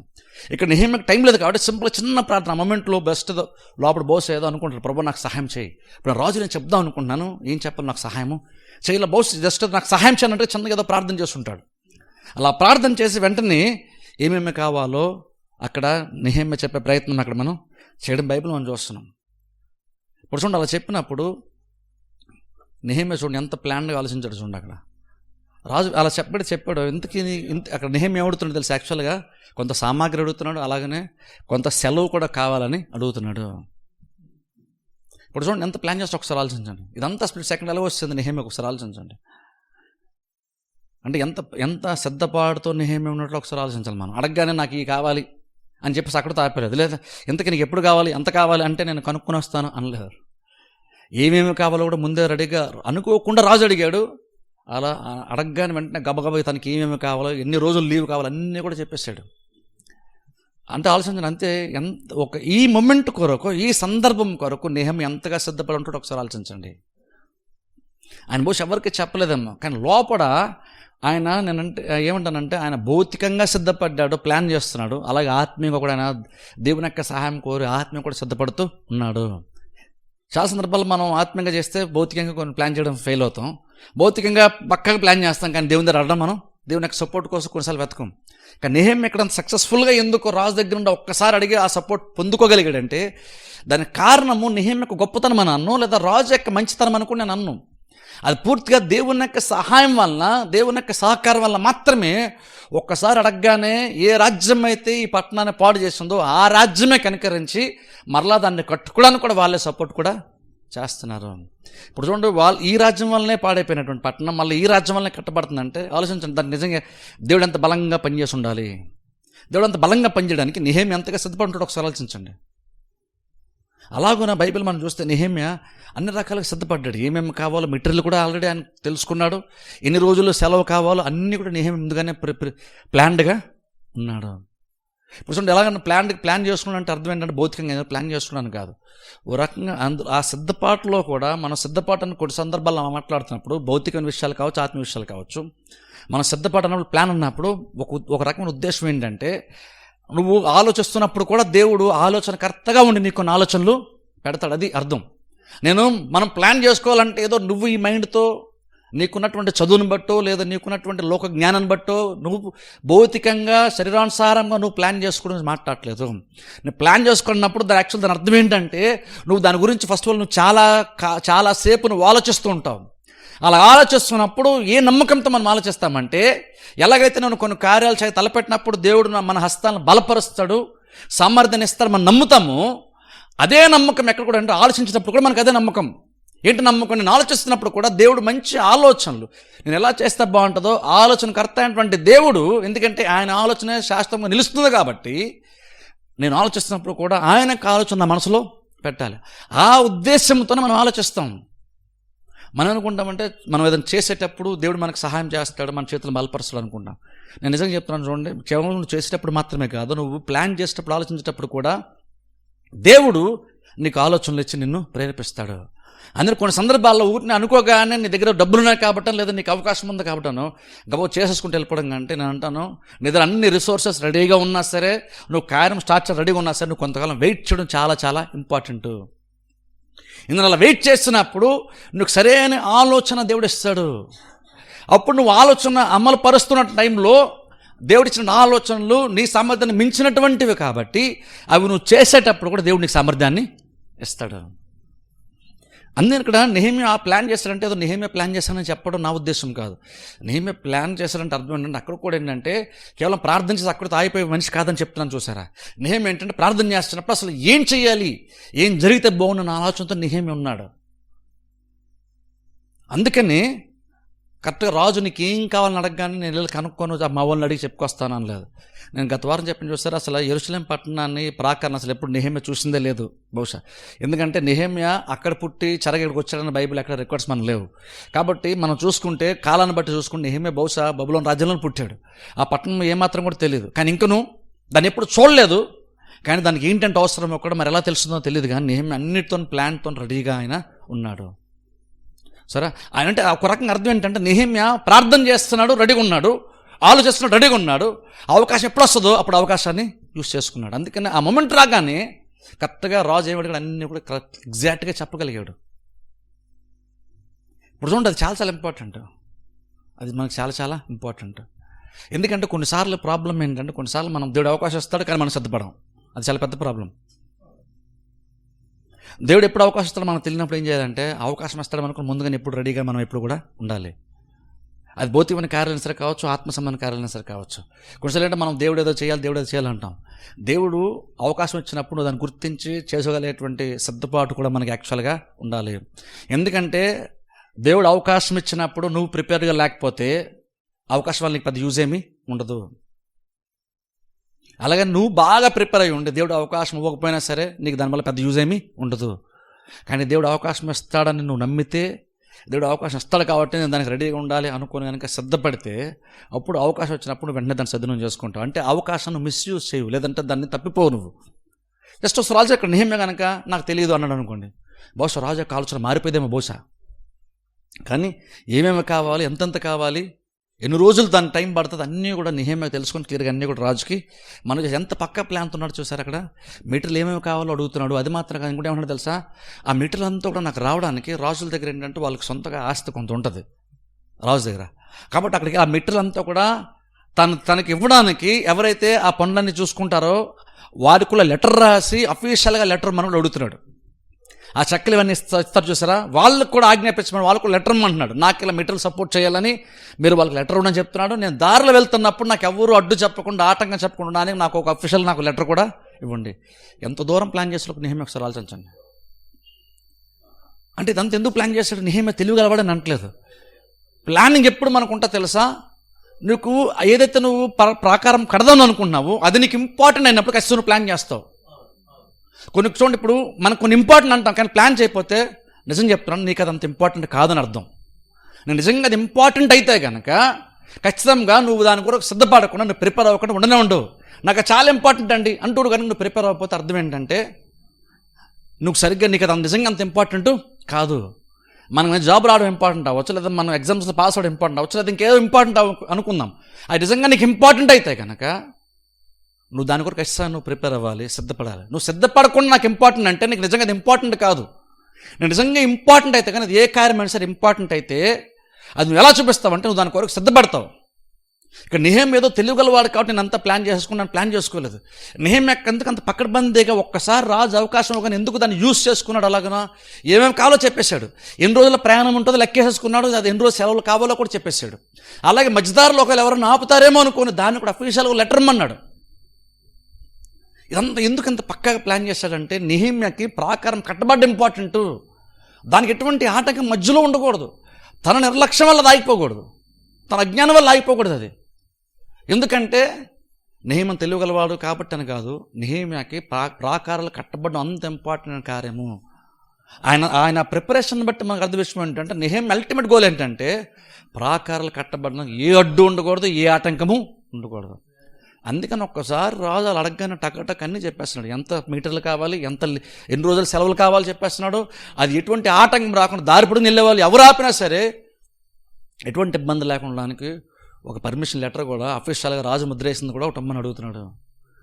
ఇంతకు ఎందుకు ప్లాన్ చేస్తున్నావు నెహెమ్యా అని అడిగితే ఇటువంటి చిన్న చిన్న కారణాలను బట్టి కూడా నేను అనుకున్నటువంటి ఉద్దేశం పట్టణము కట్టబడే విషయంకి వచ్చేసరికి, ప్రాకారాలు కట్టబడే విషయంకి వచ్చేసరికి ఆటంకం కలగకూడదు. నాకు అది ఇంపార్టెంట్. నేను ఇక్కడ ప్లాన్ చేసుకోవడం, నేను ప్లాన్ చేసుకోవడం కోసం ప్లాన్ చేయట్లేదు. నాకు ప్లాన్ ఇంపార్టెంట్ కాదు, నాకు కట్టబడ్డం ఇంపార్టెంట్. నాకు అల్టిమేట్ గోల్ అది కాబట్టి నాకు అది ఇంపార్టెంట్ కాబట్టి నాకు ప్లాన్ కూడా ఇప్పుడు ఇంపార్టెంట్ అయ్యింది. అందుకు నాకు అది ఇంపార్టెంట్ అయినప్పుడు నేను ప్లాన్ చేయడం ఇంపార్టెంట్ అవుతుంది, నేను ఎవరితో మాట్లాడుతున్నా ఇంపార్టెంట్ అవుతుంది, ఎలా మాట్లాడుతున్నా కూడా నాకు ఇంపార్టెంట్ అవుతుంది. మేము అన్ని జాగ్రత్తలు తీసుకున్నాడు. ఈ 3-4 months క్యాజువల్గా ఏదో ప్రార్థన, ఏదో క్యాజువల్ ఒక సాధారణమైన క్రైస్తవులు ఏదో ప్రార్థన చేస్తూ గడిపేశాడు అని కాదు. అది తన లైఫ్ని చాలా ఎఫెక్ట్ చేసింది. అన్ని రకాల ఆత్మీయంగా, భౌతికంగా, మానసికంగా నెహెమ్యాను సిద్ధపరిచింది దేవుడు పెట్టినటువంటి తలంపు భారం. అందుకని అలాగ వెంటనే రాజుకి అన్నీ కూడా మనం చేసిన బైబిల్ మనం చూస్తున్నాం. ఆ తర్వాత 9వ వచనం చదవండి. తరువాత నేను నది అవతలలో ఉన్న అధికారుల యొద్దకు వచ్చి వారికి రాజు యొక్క తాకీదులను అప్పగించి తిని, రాజు నాతో కూడా సేనాధిపతులను గుర్రపు రౌతులను పంపించాను. హోరోనీయుడైన చాలు 9వ వచనం ఎక్స్ప్లెయిన్ చేస్తున్నాం. ఇక్కడ ఎప్పుడైతే అలా చెప్పాడో అధికారులకు తాకిదు అంటే అది ఒక అఫీషియల్ లెటర్ ఇచ్చాడనమాట రాజు. ఇప్పుడు ఒకసారి ఆలోచించండి, లేదు నెహెమ్యా ఎంత ప్లాన్ చేస్తారో ఒకసారి ఆలోచించండి. అఫీషియల్ లెటర్ కూడా వచ్చింది. దీని బట్టి ఒకసారి ఆలోచించండి, నెహెమ్యా తను ఎంత గొప్ప పొజిషన్లో అయితే ఉన్నాడో ఆ పొజిషన్ ఇప్పుడు కూడా తన స్వప్రయోజనం కొరకు యాక్చువల్గా నెహెమ్యా ఇంతవరకు వాడుకుంది లేదు. ఇప్పుడు నార్మల్ ఒకవేళ కనుక మనము కనుక ఎవరన్నా ఇలాంటి మంచి పొజిషన్లో అనుకోండి, ఒకవేళ మనం ఆ పొజిషన్ని, ఆ ఇన్ఫ్లుయెన్స్ని ఎలా వాడుకుంటామంటే మనకు అనుకూలంగా మన సెల్ఫ్ డెవలప్మెంట్ కోసం మనం ఆలోచిస్తాం. మనకున్న ఇన్ఫ్లుయెన్స్ యూజ్ చేసుకొని మనం బాగా డెవలప్ అవ్వాలి, మన లైఫ్ని బెటర్గా మార్చుకోవాలని ఆలోచన చేస్తాం. కానీ ఆలోచించండి, నెహెమ్యాకి దేవుని ప్రజల మీద, లేదంటే ప్రజలు దేవుని ప్రజలు కాబట్టి దేవుడు ఇంపార్టెంట్ కాబట్టి దేవుని ప్రజలు ఇంపార్టెంట్ అయ్యారు. నెహెమ్యాకి దేవుడు ఇంపార్టెంట్ కాబట్టి దేవుని యొక్క వాగ్దాన దేశము, దేవుని యొక్క పట్టణం కూడా నెహెమ్యాకి ఇంపార్టెంట్ అయ్యింది. అందుకని తన ఇన్ఫ్లుయెన్స్ ఎక్కడా కూడా ఆయన తన స్వలాభం కోసం వాడుకోలేదు. ఆయన ఎక్కడ కూడా ఏ సందర్భంలో దాన్ని ఫుల్గా యూజ్ చేసుకున్నాడంటే అది పట్టణము కొరకు, ప్రాకారముల కొరకు, ఇతర మనుషుల కొరకు, తనకున్నటువంటి హోదాని, తనకున్నటువంటి రెప్యుటేషన్ని, తనకున్నటువంటి అధికారాన్ని కానీ అవకాశాన్ని అంతటిని కూడా అల్టిమేట్గా చివరికి ఆత్మీయ విషయాలకు వచ్చేసరికి, అంటే మందిరం విషయానికి వచ్చేసరికి లేదా దేవుని విషయానికి వచ్చేసరికి మాత్రమే దాన్ని యూజ్ చేసుకున్నాడు. నార్మల్గా మీరు నేను కనుక సపోజ్ అలా ఉన్నాం అనుకోండి, మనకి బాధ లేదు, మనం అంటే దేవుడు మనకి మంచి పొజిషన్లో పెట్టాడు కాబట్టి మనం డెవలప్ అయిపోవాలి ఎలా రకంగా అనుకో. మనం గొప్పలు ఎప్పుడు గురించి ఆలోచన చేస్తాం, కానీ ఇప్పుడు ఫ్యూచర్ ఎప్పుడన్నా ఒకవేళ దేవుని కార్యాలకు సంబంధించి ఒకవేళ దీన్ని ఈ అవకాశం మనం అప్పుడు వాడుకుంటే బెటర్ ఏమో అన్న ఆలోచన నార్మల్గా మనకి రాదు. కానీ నెహెమ్యాకి ఆలోచన వచ్చింది. అందుకనే తనకున్నటువంటి అవకాశాన్ని తన స్వలాభం కొరకు, సొంత కార్యాల కొరకు వాడుకోలేదు. ఆయన దేవుని కార్యాల కొరకు యూజ్ చేశాడు. అందులో ఉన్న ఆశీర్వాదం ఏంటో తెలుసా? నీ కొరకు నువ్వు యూజ్ చేసుకుంటే అది అక్కడితో అయిపోద్ది. కానీ ఒకవేళ అది నువ్వు సెల్ఫ్గా డెవలప్ అవడానికి అవకాశం ఉన్నా సరే అక్కడ నువ్వు నీ గురించి కాక దేవుని యొక్క రాజ్యంలోకి సంబంధించిన దాని గురించి నువ్వు ఆలోచించి కనుక దాన్ని అలాగో ఆ అవకాశం ఆ టైం మీద ఉంటుందేమో, అలాంటప్పుడు దీన్ని యూజ్ చేస్తే బాగుంటుంది అనుకుని కనుక అప్పటివరకు నువ్వు ఆ అవకాశాన్ని కనుక దేవుని కొరకు దాచిపెట్టి ఉంచావనుకో, దేవుని కొరకు అని వాడేవనుకో, లేదా దైవ సంబంధ కార్యాల వాడేవనుకో, అప్పుడు దేవుని యొక్క కార్యము జరుగుతుంది. దేవుని యొక్క కార్యం నీ వల్ల జరుగుతుంది కాబట్టి నీకు కూడా ఖచ్చితంగా తిరిగి ఆశీర్వాదము వస్తుంది. అంటే అల్టిమేట్ అర్థం ఏంటంటే నువ్వు నీ కొరకు వాడుకుంటే నీతో అయిపోతుంది. కానీ నువ్వు దేవుని కొరకు వాడేవనుకో, లేదా దైవ సంబంధ కార్యాలు వాడేవనుకో, ఇటు ఆ కార్యము బెటర్గా మారుతుంది. దానివల్ల నీకు కూడా ఆశీర్వాదం వస్తుంది కాబట్టి నువ్వు కూడా బెటర్గా నువ్వు కూడా మారుతావు. అంటే అర్థం ఏంటి, ఇలాంటి అవకాశం మనకు ఉన్నప్పుడు ఇలాంటి ఇన్ఫ్లుయెన్స్ లేదా ఇలాంటిది ఉన్నప్పుడు అది దేవుని కొరకు వాడడం వల్ల ఇంకా రెట్టింపు బ్లెస్సింగ్ ఆశీర్వాదం మనకి వస్తుంది. ఇక నెహెమ్యా అలాగున్న ఆ టైం కొరకు వాడు, అందుకని ఫుల్గా ఏమేకలు మొత్తం అన్నిటిని అడిగేశాడు. కరెక్ట్గా టైం వచ్చింది. ఇప్పుడు 10వ వచనం చదవండి. హోరోనీయుడైన సన్బల్లుటును అమ్మోనీయుడైన టోబియాను దాసుడును ఇశ్రాయేలీలకు క్షేమము కలుగజేయి ఒకడు వచ్చెనని విని బహుగా దుఃఖపడిరి. అంతటి నేను యెరూషలేమునకు వచ్చి 3 దినములు అక్కడనే ఉండి రాత్రి యందు నేనును నాతో కూడా నున్న కొందరును లేచితిమి. యెరూషలేమును గూర్చి దేవుడు నా హృదయమందు పుట్టించిన ఆలోచన నేనెవరితోనైనను చెప్పలేదు. మరియు నేను ఎక్కియున్న పశువు తప్ప మరి ఏ పశువును నా యొద్ద ఉండలేదు. నేను రాత్రికాలమందు లోయ ద్వారము గుండా భుజంగపు బావి ఎదుటికి పెంట ద్వారము దగ్గరకును పోయి పడద్రోయబడిన యెరూషలేము యొక్క ప్రాకారములను చూడగా దాని గుమ్మములు అగ్నిచేత కాల్చబడి ఉండెను. తరువాత నేను బొగ్గ గుమ్మమునకు వచ్చి రాజు కోనేటికిని వెళ్ళితిని గాని నేను ఎక్కియున్న పశువు పోవుటకు ఎడమ లేకపోయాను. నేను రాత్రి యందు మడుగు దగ్గర నుండి పోయి ప్రాకారమును చూచిన మీదట వెనుకకు మరలి లోయ గుమ్మములో బడి తిరిగి వచ్చి తిని. చాలు, ఇక్కడ చూడండి 16వ వచనం కూడా చదవండి. అయితే నేను ఎచ్చటికి వెళ్ళినది ఏమి చేసినది అధికారులకు తెలియలేదు. యూదులకే గాని యాజకులకే గాని యజమానులకే గాని అధికారులకే గాని పనిచేయు ఇతరమైన వారికే గాని నేను ఆ సంగతి చెప్పి ఉండలేదు. చాలా ఇక్కడ చూడండి, మనం గమనిస్తే 10వ వచనంలో మనం వ్యతిరేకతను చూస్తున్నాం. కొంతమంది చూడండి వ్యతిరేకించేటువంటి 2 పేర్లు అక్కడ బైబిల్ మనకు రాయబడింది. అక్కడ చూడండి 10వ వచనం 2 లైన్స్ చదువుతాను చూడండి. ఇజ్రాయేలులకు క్షేమము కలుగజేయి ఒకడు వచ్చెనని విని బహుగా దుఃఖపడిరి. ఇక్కడ చూడండి మనం గమనిస్తే 10వ వచనంలో ఆల్రెడీ వ్యతిరేకత స్టార్ట్ అయిపోయింది ఇక్కడ నెహెమ్యాకి. ఇప్పుడు వరకు చూడండి, ఇప్పుడు పెద్ద ప్రాబ్లమే లేదు నెహెమ్యాకి. ముఖ్యంగా 2-3 వ్యక్తుల వల్ల ఇక్కడ నెహెమ్యాకి ప్రాబ్లం వస్తుంది. 2 వ్యక్తుల యొక్క పేర్లు ఇక్కడ ఉన్నాయి. మనం చూస్తే 2వ అధ్యాయం చివరిలో కూడా చూస్తే 3వ వ్యక్తి యొక్క పేరు కూడా మనకు అక్కడ రాయబడుతుంది. ఇప్పుడు చూడండి 3 వ్యక్తులు లేదా 2 వ్యక్తులు ఇక్కడ వ్యతిరేకించడం ఇక్కడ స్టార్ట్ చేయడం మనం చూస్తున్నాం. ఆ వ్యతిరేకించేటువంటి వాళ్ళు ఆలోచించండి ఒకసారి. ఎప్పుడైతే నెహెమ్యా ఆ కార్యరూపం దాల్చడానికి ప్రయత్నం చేసి ముందుకెళ్తున్నాడు, భౌతికంగా కార్యము తలపెడుతున్నాడు, వెంటనే వ్యతిరేకత స్టార్ట్ అయింది. ప్రార్థన చేస్తున్నప్పుడు వ్యతిరేకత రాలేదు, ఆలోచిస్తున్నప్పుడు వ్యతిరేకత రాలేదు, కానీ ఎప్పుడైతే కార్యం స్టార్ట్ చేసినప్పుడు వ్యతిరేకత వచ్చింది. అంటే అర్థం ఏంటంటే చాలా సందర్భాల్లో ఏంటంటే అది దేవుని కార్యం అవ్వచ్చు, నువ్వు ప్రార్థన వల్ల సిద్ధపడి ఉంటావు, దేవుని యొక్క ఆలోచనతో ప్రేరేపణతో ఉండుంటావు, అయినను నువ్వు తీరా కార్యం చేసేటప్పుడు ఖచ్చితంగా నీకు వ్యతిరేకత రాదని ఎప్పుడు మనం అనుకోవడానికి వీలే లేదు. నువ్వు ప్రార్థన చేసినంత వరకు సాతానుడే కానీ వ్యతిరేకలు కానీ పెద్దగా ప్రాబ్లం ఫీల్ అవ్వరు. ఎప్పుడు ప్రాబ్లం తెలుసా, నువ్వు నిజంగా చేద్దామని స్టార్ట్ చేస్తావు చూసారా, అప్పుడే ప్రాబ్లం స్టార్ట్ అవుతుంది. ఎందుకంటే అది వాళ్ళు నచ్చదు. ఎందుకంటే ప్రార్థన చేసేవాళ్ళు చాలామంది ఉంటారు, దాని గురించి డిస్కషన్ చేసేవాళ్ళు చాలామంది ఉంటారు. అది సాతాను పెద్ద ఇష్యూ కానే కాదు అది. ఎందుకంటే డిస్కస్ చేసిన ప్రతి వాళ్ళు, ప్రార్థన చేసిన ప్రతి వాళ్ళు చేయడానికి కూడా ముందుకు వస్తారన్న గ్యారంటీ ఏమీ లేదు. కాబట్టి అది వ్యతిరేకులుగా లేదా సాతానికి అది పెద్ద ప్రాబ్లమే కాదు. నువ్వు చేయకుండా ఉండి నువ్వేం చేస్తున్నా, డిస్కస్ చేస్తున్నా, ప్రార్థన చేస్తే పెద్ద ప్రాబ్లమే కాదు. కానీ ఎప్పుడైతే నువ్వు నిజంగా నువ్వు అనుకుంది, నువ్వు ప్రార్థన చేసింది, నువ్వు ప్లాన్ చేసింది అమలుపరచడానికి నువ్వు స్టెప్ తీసుకుంటావో అప్పుడు వ్యతిరేకులు కూడా స్టార్ట్ అవుతారు. అప్పుడే ఇక్కడ ఎగ్జాక్ట్ అలా స్టార్ట్ అయ్యారు. కరెక్ట్గా వాళ్ళు మూడఫ్ అయిపోయారట. బైబిల్ మనం చూస్తే వాళ్ళకి బాధపడిపోతున్నారు. అంటే యెరూషలేముని బాగు చేసేటువంటి, యెరూషలేము పట్టణాన్ని కట్టేటువంటి ఎవరు వస్తున్నారని తెలిసి వాళ్ళు బాధపడతారని బైబిల్ మనం చూస్తున్నాయి. అక్కడ అదే బైబిల్ మనం చూస్తే అక్కడ నెహెమ్యా ఆ పట్టణంకి వెళ్ళిపోయి అక్కడ 3 రోజులు ఉండి 3 రోజులు ఏ పని చేయలేదట. గమనించండి, అక్కడ 11వ వచనం 16వ వచనం చదివితే అక్కడ ఏముందంటే నెహెమ్యా యెరూషలేము పట్టణానికి వెళ్ళిపోయాడు. సుమారుగా 1600 కిలోమీటర్ల జర్నీ ఉంటుందంట బబులోను రాజ్యం నుంచి యెరూషలేము పట్టణానికి. సుమారుగా అంత డిస్టెన్స్ ట్రావెల్ చేసి వెళ్ళిపోయిన తర్వాత అక్కడ ఆ బైబిల్ మనం చూస్తే నెహెమ్యా అటు ఇటు ఆ పట్టణం పాడైపోయినటువంటి ప్రాకాల ద్వారా అటు ఇటు తిరిగాడని బైబిల్ మనం చూస్తున్నాం. అంటే రొక్క నెహెమ్యా ఏం చేశాడంటే క్యాల్కులేట్ చేస్తున్నాడు. అంటే అక్కడ పరిస్థితి ఎలా ఉందో చూస్తున్నాడు. నేను చెప్పిన చూస్తే నెహెమ్యా యాక్చువల్ ఎంతమంది ఎప్పుడు కూడా యెరూషలేము పట్టణాన్ని చూసిందే లేదు. బహుశా అందుకనేమో నష్టం అసలు ఎంత ఉందా, అసలు ఏంటి, ఇది ఎలాంటి స్థితిలో ఉండి బహుశా పాడైపోయింది అవన్నీ కూడా తెలుసుకోవడానికి అటు ఇటు నడిచి మొత్తం అంతా కూడా తెలుసుకునే ప్రయత్నం నెహెమ్యా చేస్తున్న బైబిల్ మనం చూస్తున్నాం. అక్కడెక్కడ కూడా 3 రోజులు ఆయన ఏదైతే తిరుగుతూ తెలుసుకుంటూ ఉన్నాడు, అక్కడ అంచనాలు వేస్తున్నాడు అక్కడ పరిస్థితులను, అది ఎవరికి కూడా నెహెమ్యా చెప్పలేదని బైబిల్ మనం చూస్తున్నాం. అంత రకంగా నెహెమ్యా ఏం చేస్తాడంటే అక్కడ నష్టం ఎంత జరిగింది, దానికి ఎలా మనం ఏం చేయాలి దాని గురించి బహుశా ఆలోచిస్తూ కొన్ని కార్యాలు నెహెమ్యా చేశాడు. ఇప్పుడు అక్కడ నెహెమ్యా చూడండి, నేను చెప్పిన చూసారు, రాజు అడిగినప్పుడు కూడా నెహెమ్యా ఎక్కడ కూడా దాని కారకులు ఎవరో, నష్టానికి కారకులు ఎవరో డిస్కషన్ అక్కడ నెహెమ్యా చేయలేదు. ఇప్పుడు చూడండి నెహెమ్యా ఎక్కడికి వచ్చాను మనం ఇక్కడ చదివితే 11 నుంచి 16 వచనాలు చదివితే అక్కడ కట్టేటువంటి ఉద్దేశంలో ఉన్నటువంటి నెహెమ్యా ఏం పాడైపోయింది, ఎంత పాడైపోయిందో కూడా తెలుసుకునే ప్రయత్నము చేశాడు. ఇప్పుడు చూడండి, నేను ఒక విషయం చెప్తాను చూడండి. ఇక్కడ మనము నియమించే విషయం మనం నేర్చుకోవాలి. ఏంటంటే నీకు దాన్ని సరిచేసే ఉద్దేశం నీకు లేనప్పుడు దాని మీద మాట్లాడడం వేస్ట్. మన ఒక ప్రాబ్లం గురించి ఎప్పుడు నువ్వు హైలైట్ చేయాలి, ఎప్పుడు మాట్లాడాలంటే నువ్వు దాన్ని సాల్వ్ చేసే ఆలోచన నీకు ఉన్నప్పుడు, దాన్ని చేయగల కెపాసిటీ నీకు ఉంటేనే నువ్వు దాని గురించి మాట్లాడడం మంచిది. కొన్ని సందర్భాల్లో ఏంటంటే నార్మల్గా చర్చలో ఎక్కడైనా నార్మల్గా ఏంటంటే మనం ప్రాబ్లం డిస్కస్ చేస్తాం. ఎందుకు డిస్కస్ చేస్తాం? డిస్కస్ చేయడం కోసం డిస్కషన్ చేస్తున్నాం, కానీ దాని సొల్యూషన్ కోసం మనం యాక్చువల్ డిస్కషన్ చేయము. నేను చెప్తాను చూడండి, డిస్కస్ చేసేటువంటి అధికారం ఎవరికి ఉంటుందంటే, నీకు ఏదైనా ప్రాబ్లం సొల్యూషన్ నా దగ్గర ఉంది, నేను చేస్తాను అనుకుంటే తప్ప నువ్వు దాని గురించి ఎవరి దగ్గర మాట్లాడే హక్కు నీకు యాక్చువల్గా లేదు. ఈ ప్రాబ్లం అని తెలిసినప్పుడు నువ్వు ఎప్పుడు మాట్లాడాలంటే దాని సొల్యూషన్ కూడా నీ దగ్గర ఉన్నప్పుడే.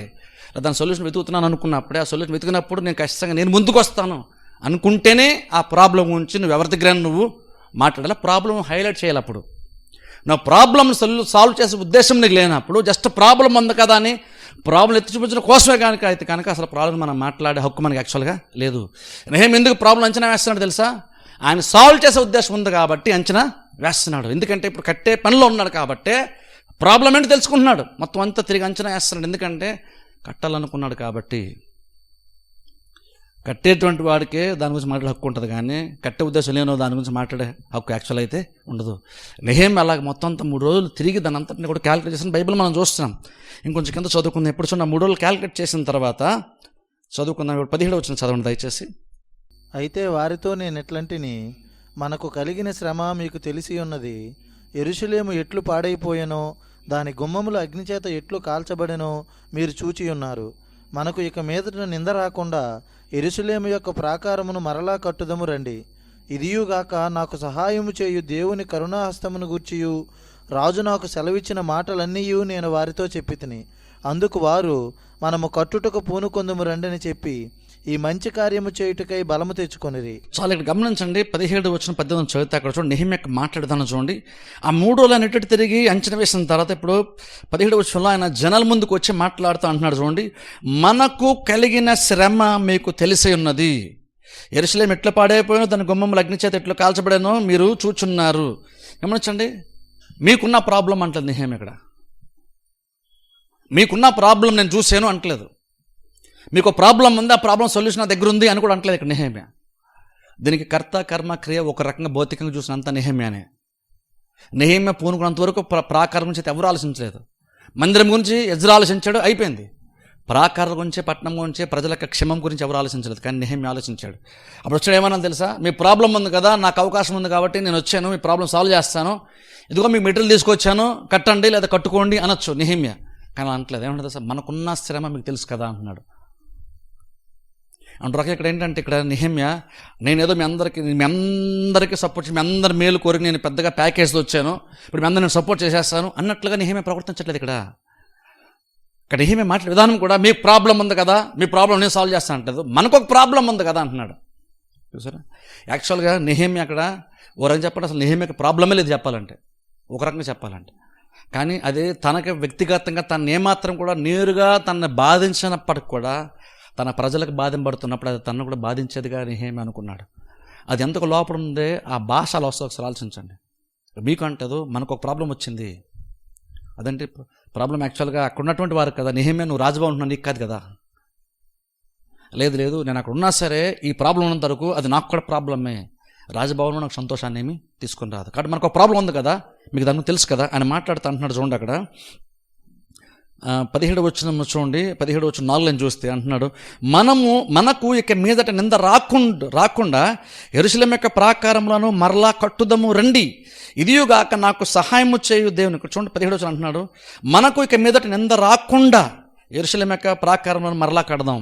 ఇక్కడ చూడండి, ఇక్కడ పట్టణం పాడైపోయింది కదా, మనం కట్టేద్దాం, మన పేరు వస్తుంది అనలేదు. ఇక్కడ లేదా ప్రాకారాలు కట్టేద్దాం, గోడ మీద నా పేరు రాయండి, నెహెమ్యా అనట్లేదు. ఇక్కడ నెహెమ్యా అన్నాడు, మనకు ఒక ప్రాబ్లం వచ్చింది, ఆ ప్రాబ్లం మనం సాల్వ్ చేసుకుందాం రండి.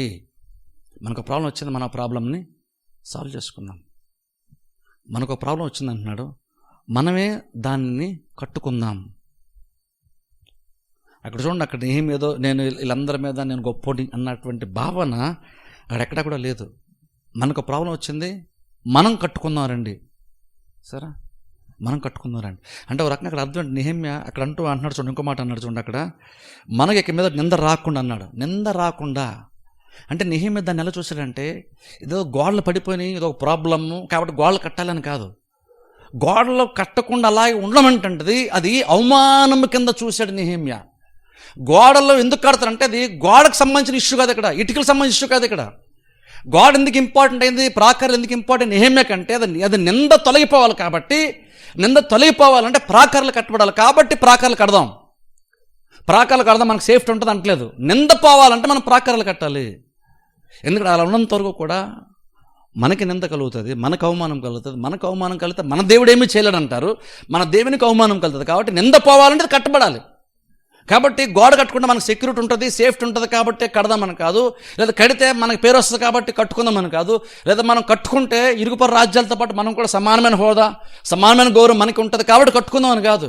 ఇక్కడ ఇష్యూ నెహెమ్యా నిజంగా ఇక్కడ గోడకు సంబంధించినటువంటి వ్యవహారంగా చూడలేదు, ఇది తన ప్రజలకు కలుగుతున్నటువంటి నిందగా చూశాడు. అందుకన్నాడు ఇది కట్టే నిందను తీసేద్దాం. ప్రతి భౌతికమైనటువంటి ఒక ప్రాబ్లం వెనకాల ఇలాంటి ఒక మూల కారణం కూడా ఉంటుంది. దాన్ని చూడగలిగితే ఎవరైనా సరే అడుగు ముందుకేస్తాం. మనం ప్రాబ్లం కానీ చూస్తాం, కానీ అది భవిష్యత్తు అది ఈ ప్రాబ్లం అనేటువంటిది జస్ట్ ఒక లోటు ఉంది మనకి, లేదా మన సంఘానికి ఒక లోటు ఉంది, లేదా మనకు ఒక లోటు ఉందని కాదు. ఇక్కడ దాని ఎఫెక్ట్ ఎలా ఉంటుంది బయటకి, అది బయటకు ఎలా కనబడుతుంది అది చూశాడు. ఇక్కడ భక్తులు చాలా మార్లు చూశారు. ఎగ్జాంపుల్ చూడండి, గొలియాతు చూడండి, దావీదుని చూడండి. గొలియాతుని చంపేటప్పుడు ఈ గొలియాతుని చంపేస్తాను ఎందుకంటే నేను చాలా పవర్ఫుల్, నాకు అసలే పౌరుషం ఎక్కువ, పంతం ఎక్కువ, నాకు బలం ఎక్కువ అని భౌతికంగా శరీరానుసారంగా దావీదు మాట్లాడలేదు. ఏమన్నా తెలుసా దావీదు ఏమన్నా తెలుసా? దావీదు అన్నాడు ఈయన చంపి మన మీద దేవుని మీద ఉన్నటువంటి నిందను నేను తొలగిస్తాను అన్నాడు. ఎందుకంటే జీవమైనటువంటి యెహోవా దేవుని తిరస్కరించి ఫిలిష్తీయుడు ఎంతటోడు, దేవుడు నిందిస్తున్నాడు. ఈయన మన దేవుడు ఏమి ఇచ్చాడు అంటున్నాడు కాబట్టి నేను ఫేస్ చేస్తాను గొలియాతుని. నాకేదో జరిగిపోతుంది కాబట్టి నాకు పేరు రావాలని, లేదా నేను చేయగలను కాబట్టి 10 మంది ముందు చూపించుకోవడానికి నేను కార్యం చేయట్లేదు, నేను హైలైట్ అవడానికి కార్యం చేయట్లేదు. నింద పోవాలి కాబట్టి నింద పోవడానికి కొరకు నేను ఇతను చంపేస్తాను. ఇతను చస్తే మనకి నింద పోద్ది, దేవునికి మహిమ కలుగుతుంది. కాబట్టి నేను గొలియాతుని అందుకు చంపుతాను, నేను గొలియాతుని అందుకొని దావీదు వెళ్ళాడు. దావీదు గొలియాతుని చంపినప్పుడు ముఖ్య ఉద్దేశం ఏంటంటే జీవం కలిగినటువంటి దేవుణ్ణి తృణీకరిస్తున్నాడు గొలియాతు. అందుకే నేను ముందుకు వస్తున్నాను వచ్చాడు. ఇప్పుడు చూడండి, అది ఆత్మ సంబంధించిన ఉద్దేశం. అది గ్రహించినప్పుడు, అది చూడగలిగేటువంటి మనస్సు కనుక మనకుంటే అప్పుడు ఆటోమేటిక్ మనం ముందుకు వస్తాం. నువ్వు అలా ముందుకు వచ్చినప్పుడు ఆటోమేటిక్గా దేవుడిని ఎక్కువ దాన్ని నెరవేర్చడానికి సామర్థ్యాన్ని కూడా దేవుడు మనకి ఇస్తాడు. చాలా సందర్భాలు మనకు అది ఉండదు, మనకు అలాంటి ఆలోచన ఉండదు కాబట్టి నాకు కెపాసిటీ లేదని అంటాం మనం. నిజంగా గొలియాతుని చంపడానికి దావీదుకి ఏదైనా ఎక్స్పీరియన్స్ ఉందా? మనిషిని చంపిన ఎక్స్పీరియన్స్ దావీదుకి లేదు, జంతువులు చంపిన ఎక్స్పీరియన్స్ ఉంది.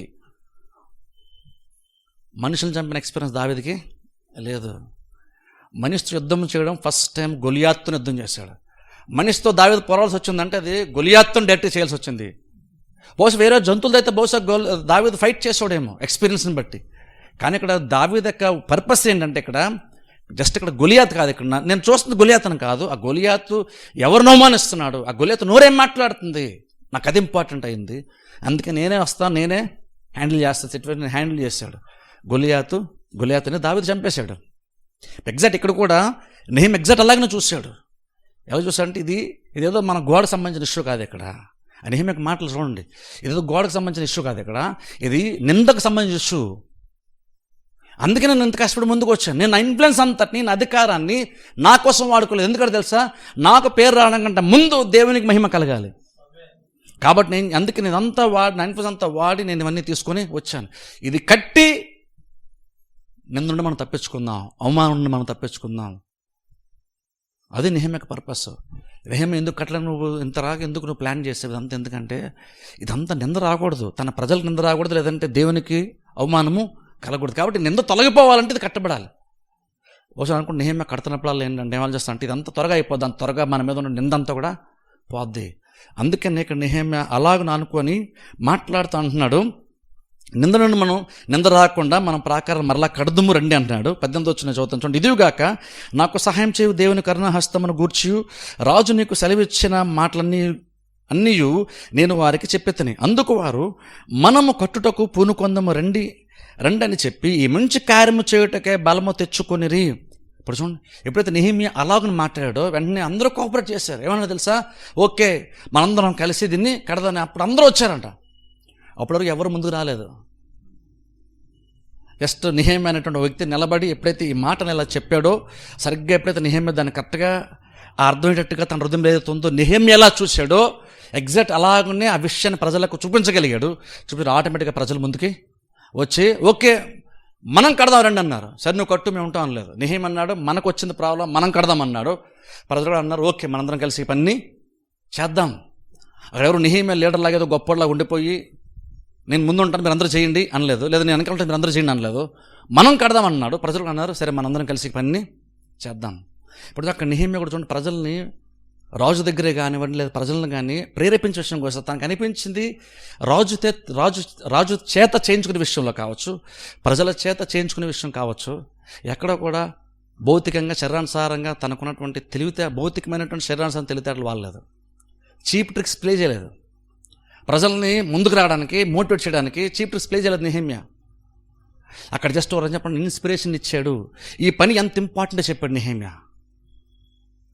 ఇప్పుడు ఈ రోజులో చూడండి, ఒక సపోజ్ ఏదైనా చర్చ కడతాం అనుకోండి, డొనేషన్లు కలెక్ట్ చేసినప్పుడు ఎలా కలెక్ట్ చేస్తారు చాలామంది, మనం చీప్ ట్రిక్స్ ప్లే చేస్తాం. ఈరోజు చాలామంది అయితే మీ అందరూ తెలిసి ఉంటుంది, పెద్ద చర్చ కట్టాలంటే వాళ్ళు యాక్టింగ్ గిఫ్ట్లు కూడా ఇంత ఇస్తే ఇంత గిఫ్ట్ కూడా ఇస్తాం తిరిగి అంటారు. అవన్నీ భౌతికమైనటువంటివి. అక్కడ నీకు పని యొక్క ఉన్నతమైన ఉద్దేశం నీకు అర్థం కాలేదు. అక్కడ జస్ట్ ఒక పని నువ్వు పనిగా చూసావు కానీ ఉద్దేశం నీకు అక్కడ అర్థము కాలేదు. ఇక్కడ నెహెమ్యాకి పని జరగడం కంటే ఉద్దేశం ఇంపార్టెంట్ అయింది. అందుకని ఆ ఉద్దేశం కొరకు మీరందరూ ఎంత చేయండి, మీరందరూ కనీసం రోజు గంట వచ్చి ఇక్కడ పని చేయండి అలా భౌతికంగా మాట్లాడలేదు, చీప్గా మాట్లాడలేదు, హుందాగా మాట్లాడాడు. వాళ్ళని బలవంతంగా ఏదో ఎమోషనల్గా ఏదో చేసేసి వాళ్ళతో కొన్ని పనులు చేయించుకునే ప్రయత్నం చేయలేదు. పర్పస్ ఏంటి చెప్పాడు అంతే. వాళ్ళు ఎప్పుడైతే చెప్పాడో వెంటనే వాళ్ళు అన్నారు ఈ మంచి పని మనం సరే ఎందుకు చేయాలంటే అది మంచి పని మంచి పని అన్న చోట రకమని చెప్పాలంటే ఇది ఆధిక్యతతో కూడినటువంటి ఒక కార్యం అని చెప్పచ్చు. మనం ఉన్నతమైనటువంటి ఒక పని ఇది. ఇందులో మట్టి ఉండొచ్చు, ఇసుక ఉండొచ్చు, సిమెంట్ ఉండొచ్చు, రాళ్ళు ఉండొచ్చు, కానీ ఇది ఉన్నతమైనటువంటి పని. ఇది జస్ట్ ఇటుకలకు సంబంధించిన విషయం కాదు, సిమెంట్కి సంబంధించింది కాదు, ఇది ఏదో భౌతికమైన ఒక పనికి సంబంధించిన విషయం ఇక్కడ అది కాదు. దాని అంతటికంటే లోతుగా ఆలోచిస్తే ఉన్నతమైన ఒక ఉద్దేశము ఉంది. మనం ఆ ఉద్దేశాన్ని నెరవేరుద్దాము రండి అని అంటూ రాజు దేవుని యొక్క కరుణ హస్తమును గూర్చి రాజు నాకు సెలవిచ్చిన మాట అన్నీ వారికి తెలియజెప్పాడంటే అర్థం ఏంటంటే ఎందుకు ఆ మాట చెప్పాడంటే రాజు నాకు సపోర్ట్ చేశాడు అని చెప్పడానికి కాదు. ఇక్కడ అంటే రకంగా ఏం చెప్పాడంటే నాకు రాజు కూడా సపోర్ట్ చేశాడంటే దీని వెనకాల దేవుని యొక్క హస్తము ఉంది కాబట్టి దేవుని యొక్క ఉద్దేశము, కాబట్టి మనందరం కలిసే పనిని చేద్దామని వాళ్ళు ఎంకరేజ్ చేసే పని చేశాడు. అక్కడ వాళ్ళని అంటే ఇది ఇందులో దేవుని యొక్క సంకల్పం ఉంది కాబట్టి మీరు కూడా వచ్చి మీ పాత్ర పోషిస్తే ఇది మనందరం కలిసి కార్యాన్ని చేద్దాం, చాలా గొప్పగా బ్రహ్మాండంగా జరుగుతుంది అని అలాగనే మనుషుల్ని ప్రేరేపించే ప్రయత్నం ఇక్కడ నెహెమ్యా చేసిన బైబిల్ మనం చూస్తున్నాం. 19వ వచనం చదవండి. అయితే హోరోనీయుడైన సన్బల్లుటును, అమ్మోనీయుడైన దాసుడగు టోబియా అనువాడును, అరబీయుడైన గెషెమును ఆ మాట వినినప్పుడు మమ్మను హేళన చేసి మా పని తృణీకరించి మీరు చేయు పని ఏమిటి, రాజు మీద తిరుగుబాటు చేయుదురా అని చెప్పిరి.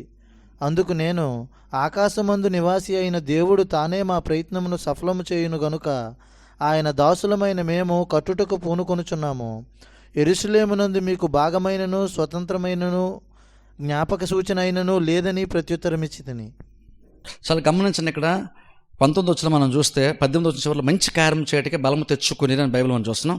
ఇక్కడ గమనించండి, మళ్ళీ ఎప్పుడైతే వీళ్ళు ఒక పనిని డిస్కస్ చేసిన చెప్పి వ్యతిరేకత రాలేదు, అపోజిషన్ అప్పుడేం రాలేదు. ఎప్పుడు వ్యతిరేకత వచ్చిందో తెలుసా, వీళ్ళు పని స్టార్ట్ చేద్దామని బలం తెచ్చినట్టు చూసారా, అప్పుడు వ్యతిరేకత మళ్ళీ స్టార్ట్ అయింది. అక్కడ 3 వ్యక్తులు వచ్చారట. వచ్చారు ఏమైనా తెలుసా, ఇదేంటి మీరు రాజు యొక్క మాటని మీరు కాదని మీరు రాజు వ్యతిరేకంగా మీరు కొన్ని కార్యాలు చేస్తున్నారేంటి అని వాళ్ళంట హేళన చేసి వాళ్ళ నెహెమ్యా వాళ్ళు చేస్తున్న పనిని తృణీకరించిన బైబిల్ మనం చూస్తున్నాం. వాళ్ళని హేళన చేసి ఇక్కడ చూడండి రాజు యొక్క పేరు వీళ్ళు వాడుతున్నారు కానీ నిజంగా ఏదో రాజు యొక్క మాటను వీళ్ళు కాదన్నారు అనేది వాళ్ళు ఏదో దేశభక్తిని చాటుకోవడానికో లేదా రాజు యొక్క మాటను కాదన్నారు అని ఏదో రాజు మీద గౌరవంతో వీళ్ళు ఈ మాట చెప్పట్లేదు. ఇక్కడ రాజు యొక్క అధికారం గురించి ఎందుకు వీళ్ళు మాట్లాడుతున్నారంటే రాజు మీద గౌరవం కాదు, రాజ్యం మీద గౌరవం కాదు, నెహెమ్యా వాళ్ళు చేస్తున్న పనిని హేళన చేయడానికి వాళ్ళ మాట వాడుతున్నారు. ఇప్పుడు చూడండి అలా మాట్లాడుతున్నప్పుడు నెహెమ్యాకి వాళ్ళ ఉద్దేశం అర్థమైంది. ఏదో రాజుకు పర్మిషన్ లేకుండా మీరు చేస్తారంటే అడిగారంటే వీళ్ళు పర్మిషన్ కోసం అడుగుతున్నాం అనుకుని లెటర్ చూపించవచ్చు, ఎందుకంటే రాజు లెటర్ ఇచ్చాడు కాబట్టి. కానీ మీకు తెలుసా అక్కడ అఫీషియల్గా లెటర్ నెహెమ్యా దగ్గర ఉన్నప్పటికీ కూడా ఆ పత్రాన్ని వాళ్ళకు చూపించలేదు. ఎందుకో తెలుసా, వాళ్ళ రాజు పేరు వాడుతున్నారు కానీ నిజంగా ఉద్దేశం అయితే అది యాక్చువల్గా కాదు. వీళ్ళు చేత అల్పడిన పనిని చీప్గా చేయాలి, చులకనగా మాట్లాడాలి. ఎందుకని నెహెమ్యాను నెహెమ్యాతో పాటు ఉండి పనిచేస్తున్నటువంటి వారిను హేళన చేసి అది మానసికంగా అవమానపరచడం వాళ్ళకి ఉద్దేశం కాదు, పనిని ఆపుచేయడం కోసం హేళన చేస్తున్నారు, పనిని ఆటంకపరచడం కోసం హేళన చేస్తున్నారు. ఇప్పుడు చూడండి, ఇది కొన్నిసార్లు నేరుగా పని భౌతికంగా బలం ఉపయోగించే పనిని ఆటంకపరచడం వేరు, కొన్నిసార్లు మానసికంగా కొన్ని మాటలన్నీ పనిని ఆటంకం కల్పించడం వేరు. కొన్నిసార్లు ఎక్కువ శాతం నేనేమనుకుంటా అంటే భౌతికంగా వ్యతిరేకత నీకు బహుశా నార్మల్గా రాదు. నార్మల్ వ్యతిరేకత ఎలా వస్తుంటే ఈ చులకన భావంతో మాట్లాడే మాటలు ఉంటాయి చూసారా, అలా వస్తాయి. కానీ అది కేవలం ఏదో నేను నేర్పించడానికి, నేను బాధించడానికి కాదు, నువ్వు చేసినటువంటి పనిని ఆపడానికి అపవాది నేను వ్యతిరేకించినటువంటి వాళ్ళు యూజ్ చేసినటువంటి ఆయుధం లాంటిది ఇది. హేళన చేస్తే చులకనగా వాళ్ళు చేస్తున్న పని అంటే చులకనగా మాట్లాడుతున్నారంట. ఇప్పుడు చూడండి, నెహెమ్యా అక్కడ ఎంత జ్ఞానం పనిచేస్తుంది ఆలోచించండి. వాళ్ళ పర్పస్ ఏంటంటే ప్రాకారాలు కట్టబడ్డం ఆపేయాలనే. కాబట్టి అక్కడ రాజు వాళ్ళు అడిగిన క్వశ్చన్కి ఆన్సర్ చేయలేదు నెహెమ్యా. రాజు యొక్క లెటర్ని చూడండి అని అనలేదు. ఎందుకో తెలుసా? ఎందుకంటే వాళ్ళ పర్పస్ ఏంటో, వాళ్ళు ఎందుకు హేళన చేస్తున్నారో, దేన్ని ఆపడానికి హేళన చేస్తున్నారు, వాళ్ళకి అసలైన ఉద్దేశం అంటే నెహెమ్యాకి తెలిసింది. కాబట్టి పైపైన కేకలేసుకుంటూ నెహెమ్యా కూర్చోలేదు, సైలెంట్గా ఉండి వేరేగా ఆన్సర్ చేస్తున్నాడు. ఇక్కడ వీళ్ళకి దేవుని యొక్క అధికారం కంటే రాజు యొక్క అధికారం వీళ్ళకి ఇంపార్టెంట్ అయిపోయింది. ఏది ఉన్నతమైన అధికారం యాక్చువల్గా వాళ్ళకి తెలియలేదు. కానీ నెహెమ్యా తెలుసు, రాజు యొక్క అధికారం కంటే దేవుని యొక్క అధికారం చాలా చాలా బలమైంది. మన మెయిన్ కన్సర్న్ అదవ్వాలి. ముఖ్యంగా మనం ఆ దేవుని యొక్క అధికారం గురించి ఆలోచించాలనుకున్నాడు. కాబట్టి రాజు యొక్క అధికారం పెద్దగా ఆలోచించలేదు, అందుకనే లెటర్ని చూపించలేదు. చూపించకుండా అక్కడ చూడండి నెహెమ్యా రెస్పాండ్ అయ్యాడు తెలుసు. వాళ్ళు హేళన చేస్తూ మాట్లాడుతూ తిరుగుబాటు చేస్తున్నారని చెప్పి మాట్లాడుతుంటే, ఆకాశమందు నివాసైన 20 వచనం, నివాసైన దేవుడు తానే మా యత్నమును సఫలము చేయను గనుక ఆయన దాసులమైన మేము కట్టుటకు పూనుకొనుచున్నాము. యెరూషలేమునందు మీకు భాగమైనను స్వతంత్రమైనను జ్ఞాపక సూచనను లేదని ప్రత్యుత్తరం ఇచ్చేస్తారు. ఇక్కడ ఏమన్నాడు నెహెమ్యా రకంగా చెప్పాలంటే, మేము కట్టాలని పూనుకున్నాం, దేవుడు ఈ పనిని దేవుడు సఫలపరుస్తాడు. ఎందుకంటే అక్కడ రాజు గురించి మాట్లాడాలి కానీ దేవుని సిద్ధం మాట్లాడతాను తెలుసా నెహెమ్యా. అక్కడ ఇష్యూ నిజంగా రాజు యొక్క అధికారం ఇష్యూ కాదు, దేవుని యొక్క అధికారం ఇష్యూ. వాళ్ళు ఆపేది రాజు యొక్క పర్మిషన్ లేదు కాబట్టి ఆపుతున్నారని కాదు, వీళ్ళు ఇలా కట్టబడటము, నింద నుండి తప్పింపబడటము శత్రువులకి ఇష్టము లేదు. కాబట్టి వారి పనిని వాళ్ళే ఆప్ చేసుకోవాలంటే వాళ్ళని నిందించాలి, వాళ్ళని బాధించాలి మానసికంగా. అలా బాధిస్తే వాళ్ళు బహుశా బాధపడుతూ మనం ఇలా అనేస్తున్నారు, మేము మంచి పని చేద్దామని వచ్చాం, నేను దూరం కష్టపడి ప్రయాణం చేస్తే వీళ్ళందరూ నన్ను ఇలా అన్నారని చెప్పి నెహెమ్యా ఏడుస్తూ బాధపడుతూ కూర్చుంటే పని ఆటోమేటిక్గా అయిపోద్ది. అలాగే వాళ్ళు ప్రయత్నం చేశారు. కానీ నెహెమ్యా వారి ఉద్దేశం తెలుసు కాబట్టి అవకాశం లేదు. చాలా సందర్భంలో ఎవరు ఏదన్నా అని చెప్పేసి మనం చేసేటువంటి కార్యాలు చేయడం మానేస్తాం. అప్పుడు బేసిక్ ఏమైందంటే సాతాను యొక్క ఉద్దేశం యాక్చువల్గా అదే, నువ్వు ఇప్పుడు నెరవేర్చావు, వాడు ఓ రకంగా వాడు నీ పైన విజయాన్ని పొందాడు, వాడు అనుకున్నది జరిగింది. కొన్నిసార్లు చూడండి, మనుషులు మనల్ని అంటున్నప్పుడు గుర్తుపెట్టుకోండి, అది ఏదో నేను మానసికంగా నేను బాధించడానికి, నేను నేర్పించడానికి అనే మాటలు కాదు అవి. ఏదైతే ఒక నిజంగా దేవుని యొక్క కార్య ఉద్దేశాలుగా పెట్టుకున్నా కానీ ముందుకెళ్తుంటే ఆ ఉద్దేశాలను ఆప్ చేయడానికి మనుషులు కొన్నిసార్లు ఇలాగున్నా అంటారు. అది నెహెమ్యాకి అర్థమైంది కాబట్టి అది తనకు వస్తున్నటువంటి నిందలాగా తనను అవమానపరచాలని నెహెమ్యా చూడలేదు. అందుకని పని మీద కాన్సన్ట్రేట్ చేశాడు తప్ప వాళ్ళన్న మాటల మీద కాన్సన్ట్రేట్ చేయలేదు. కాదన్నట్టు చూసారా, దేవుడు మా పని సఫలపరుస్తాడు అంటే రకంగా అర్థం ఏంటంటే, ఇండైరెక్ట్గా ఒక రకంగా ఏమన్నాడంటే, మీ ప్రయత్నాలు ఫెయిల్ అవుతాయి, మేము సక్సెస్ అవుతాం చెప్పాడు. ఒక రకంగా చెప్పాలంటే,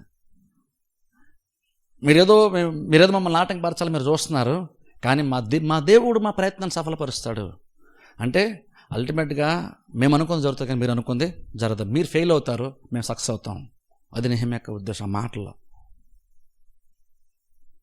ఇప్పుడు చూడండి ఎంత నెహెమ్యా, ఇప్పుడు చూడండి ఈ 2వ అధ్యాయం మనం ఇది ఎక్స్ప్లెయిన్ అంతా వినేసరికి మనకి ఏమనిపిస్తుంది, నెహెమ్యా నిజంగా ఎంత ఉన్నతంగా ఆలోచించాడో, ఎంత ప్రయారిటీ తన లైఫ్లో ప్రాకారానికి ఇచ్చాడో. అందుకని చూడండి ఆయన మాట్లాడేటువంటి విధానమే కానివ్వండి, ఆయన ప్రజలను ప్రేరేపించే విధానమే కానివ్వండి, పని చేద్దారండి అని మాట్లాడుతున్న విధానమే కానివ్వండి, శత్రువులు వచ్చి అవహేళన చేసినప్పుడు దాన్ని హ్యాండిల్ చేసిన విధానమే కానివ్వండి, ఎంత ఉన్నతంగా ఉందో చూడండి. ఎక్కడ కూడా శరీరానుసారంగా భౌతికంగా అక్కడెక్కడ కూడా లేదు. చాలా ఉన్నతమైన పర్పస్తో అక్కడ నెహెమ్యా మాట్లాడడం బైబిల్ మనం చూస్తున్నాం. వ్యతిరేకులు వ్యతిరేకిస్తున్నప్పుడు దానికి జవాబు చెప్పే విధానం కూడా ఎంతో ఉన్నతంగా ఎంత హుందాగా ఉందో చూడండి. అదేం చెప్తుందంటే, కొన్ని కార్యాలు జరగాలన్నప్పుడు మనం కూడా యాక్చువల్ అలా బిహేవ్ చేయడం నేర్చుకోవాలి. మనం దేని పని చేస్తున్నాం కాబట్టి మనం అనుకుంది కరెక్ట్ కావడం చెప్పేసి మనం ఎలా పడితే అలా మాట్లాడడానికి వీలు కూడా లేదు. నువ్వు చేసేది ఇంపార్టెంట్ అయినప్పుడు, అది ఆటంకం కలగకూడదు అన్నప్పుడు నువ్వు మాట్లాడే విధానంలో కూడా నువ్వు చాలా జాగ్రత్తగా మాడతావు, నువ్వు కార్యం చేసే విధానం చాలా జాగ్రత్తగా చేస్తావు, చాలా హుందాగా మనం చేస్తాం. ఇక్కడ ఏదో జస్ట్ ఏదో గోడ కట్టేస్తే గబగబా ముగించేద్దాం అన్నది కూడా నెహెమ్యాకు ఉద్దేశం కాదు. అలాగైతే గబగబా ఏదో రకంగా చేసి ముగించేవాడు. కానీ ఎంత సిద్ధపడ్డాడు ఆత్మీయంగా, భౌతికంగా, ఎంతగా స్టడీ చేశాడు ఆ పరిస్థితులన్నింటినీ. శత్రువు వచ్చినాడు ఎంతగా ఆలోచిస్తున్నాడు. ఎంత లోతుగా నెహెమ్యా ఆలోచించుంటే ఇదేదో ప్రాకారాల గురించి విషయం కాదు. ఇక్కడిది అవమానం సంబంధించిన విషయం, నింద. అది పోవాలంటే ప్రాకారం కట్టబడాలి. ఒక సమస్యని ఎంత లోతుగా చూసారా. ఈ రోజుల్లో అంటే మనకు కూడా ఒక సమస్య వచ్చినప్పుడు, నిన్ను మనుషులు ఏమని అంటున్నప్పుడు అయినా సరే, నువ్వు ఎంత లోతుగా నువ్వు ఆలోచించగలిగే సామర్థ్యం నీకు ఉంటేనే నువ్వు ప్రాబ్లంని జయించగలుగుతావు, నువ్వు అనుకున్నటువంటి కార్యాన్ని సాధించుకుంటావు. అదేదైనా సరే కావచ్చు. లేదా వ్యతిరేకంగా కొన్ని కార్యాలు జరుగుతున్నప్పుడైనా సరే నువ్వు ఎంత లోతుగా నువ్వు ఆలోచించుకోగలిగితేనే నువ్వు అనుకున్నటువంటి, నువ్వు చేయపోనుకున్నటువంటి కార్యం నెరవేర్చబడాలంటే నువ్వు కూడా ఎంత లోతుగా ఆలోచన నేర్చుకోవాలి. నెహెమ్యా అయితే ప్రాకారాల గురించి చూసినట్టు ఇది ప్రాకారాల ఇష్యూ కదా. ఇక్కడ నింద పోవాలి. సరే, ఎంత ఉన్నతంగా ఆలోచించాలి చూడండి. అలా గనక ప్రతి ఒళ్ళు కూడా ఆలోచించగలిగితే కార్యాలు చాలా ఉన్నతంగా మనం చేయొచ్చు. ఈవెన్ చర్చ అవసరతలైన వచ్చేసరికైనా సరే ప్రతి క్రిస్టియన్ కనుక, ప్రతి విశ్వాస కనుక సంఘం గురించి కనుక ఇలాగ ఆలోచించగలిగితే, నెహెమ్యా ఆలోచించినట్లుగా, అలాగే నెహెమ్యా మాటలను నమ్మి మనం కలిసి పనిచేద్దాం అంటున్నటువంటి ప్రజలు ఉన్నారు చూసారా. అలా కనుక సంఘస్థులు కనుక ప్రతి ఒళ్ళు ఆలోచిస్తే కనుక బేసిక్గా సంఘాల లోట్లు పెద్ద ఉండవు. భౌతికమైన ఏ లోటు నార్మల్గా ఉండదు. అలా ఆలోచించగలిగితే గత ప్రాబ్లం మనం అలాగనా ఆలోచించలేము. మనం ఏదో ఉంది, అది మన పని కాదు అనుకుంటున్నాం మనం. కానీ చెప్పి చూస్తే నెహెమ్యా చేసే ఉద్దేశం ఉన్నాడు కాబట్టి ప్రార్థన చేశాడు, సిద్ధపడ్డాడు, చివరికి కార్యం చేయడానికి కూడా ముందుకి చివరికి వచ్చాడు. అంటాను, అది దేవుని పని అయినా సరే కావచ్చు, లేదా మీరు చేసుకునే పని అయినా సరే కావచ్చు, అలాగ ఆలోచించడం నేర్చుకోండి. వ్యతిరేకత వచ్చినప్పుడు అలాగ లోతుగా ఆలోచించండి. మీరు పని చేసేటప్పుడు ఏదో భౌతికంగా కార్యం మీద పని చేస్తున్నాం అనుకుంటున్నామో ఆ పనికి మించి లోతుగా నువ్వు దాన్ని చూడగలిగితేనే ప్రాబ్లమ్స్లో కూడా నువ్వు పనిని ఇంకా సక్సెస్ఫుల్గా నువ్వు చేయగలుగుతావు, సమర్థవంతంగా చేయగలుగుతావు. లేదా పైన అది పనిగా మాత్రమే చూస్తే, అది పనిగా కాకుండా ఉద్దేశంగా కనుక చూడలేకపోతే కనుక నువ్వు పని మధ్యలో ఆపేయచ్చు. లేదా పెద్దగా నువ్వు బెస్ట్గా నువ్వు చేయకపోవచ్చు. కానీ ఆ పని కాదు, ఇది దేవుని యొక్క ఉద్దేశమని అర్థమైతే అప్పుడు నెహెమ్యాలాగా మనం కూడా చేస్తాం. ఇప్పుడు చూడండి, ఏదైనా సరే అంతే, ఏ పని చేస్తాం అది జస్ట్ పని కాదు ఇంపార్టెంట్. అది ఉద్దేశము.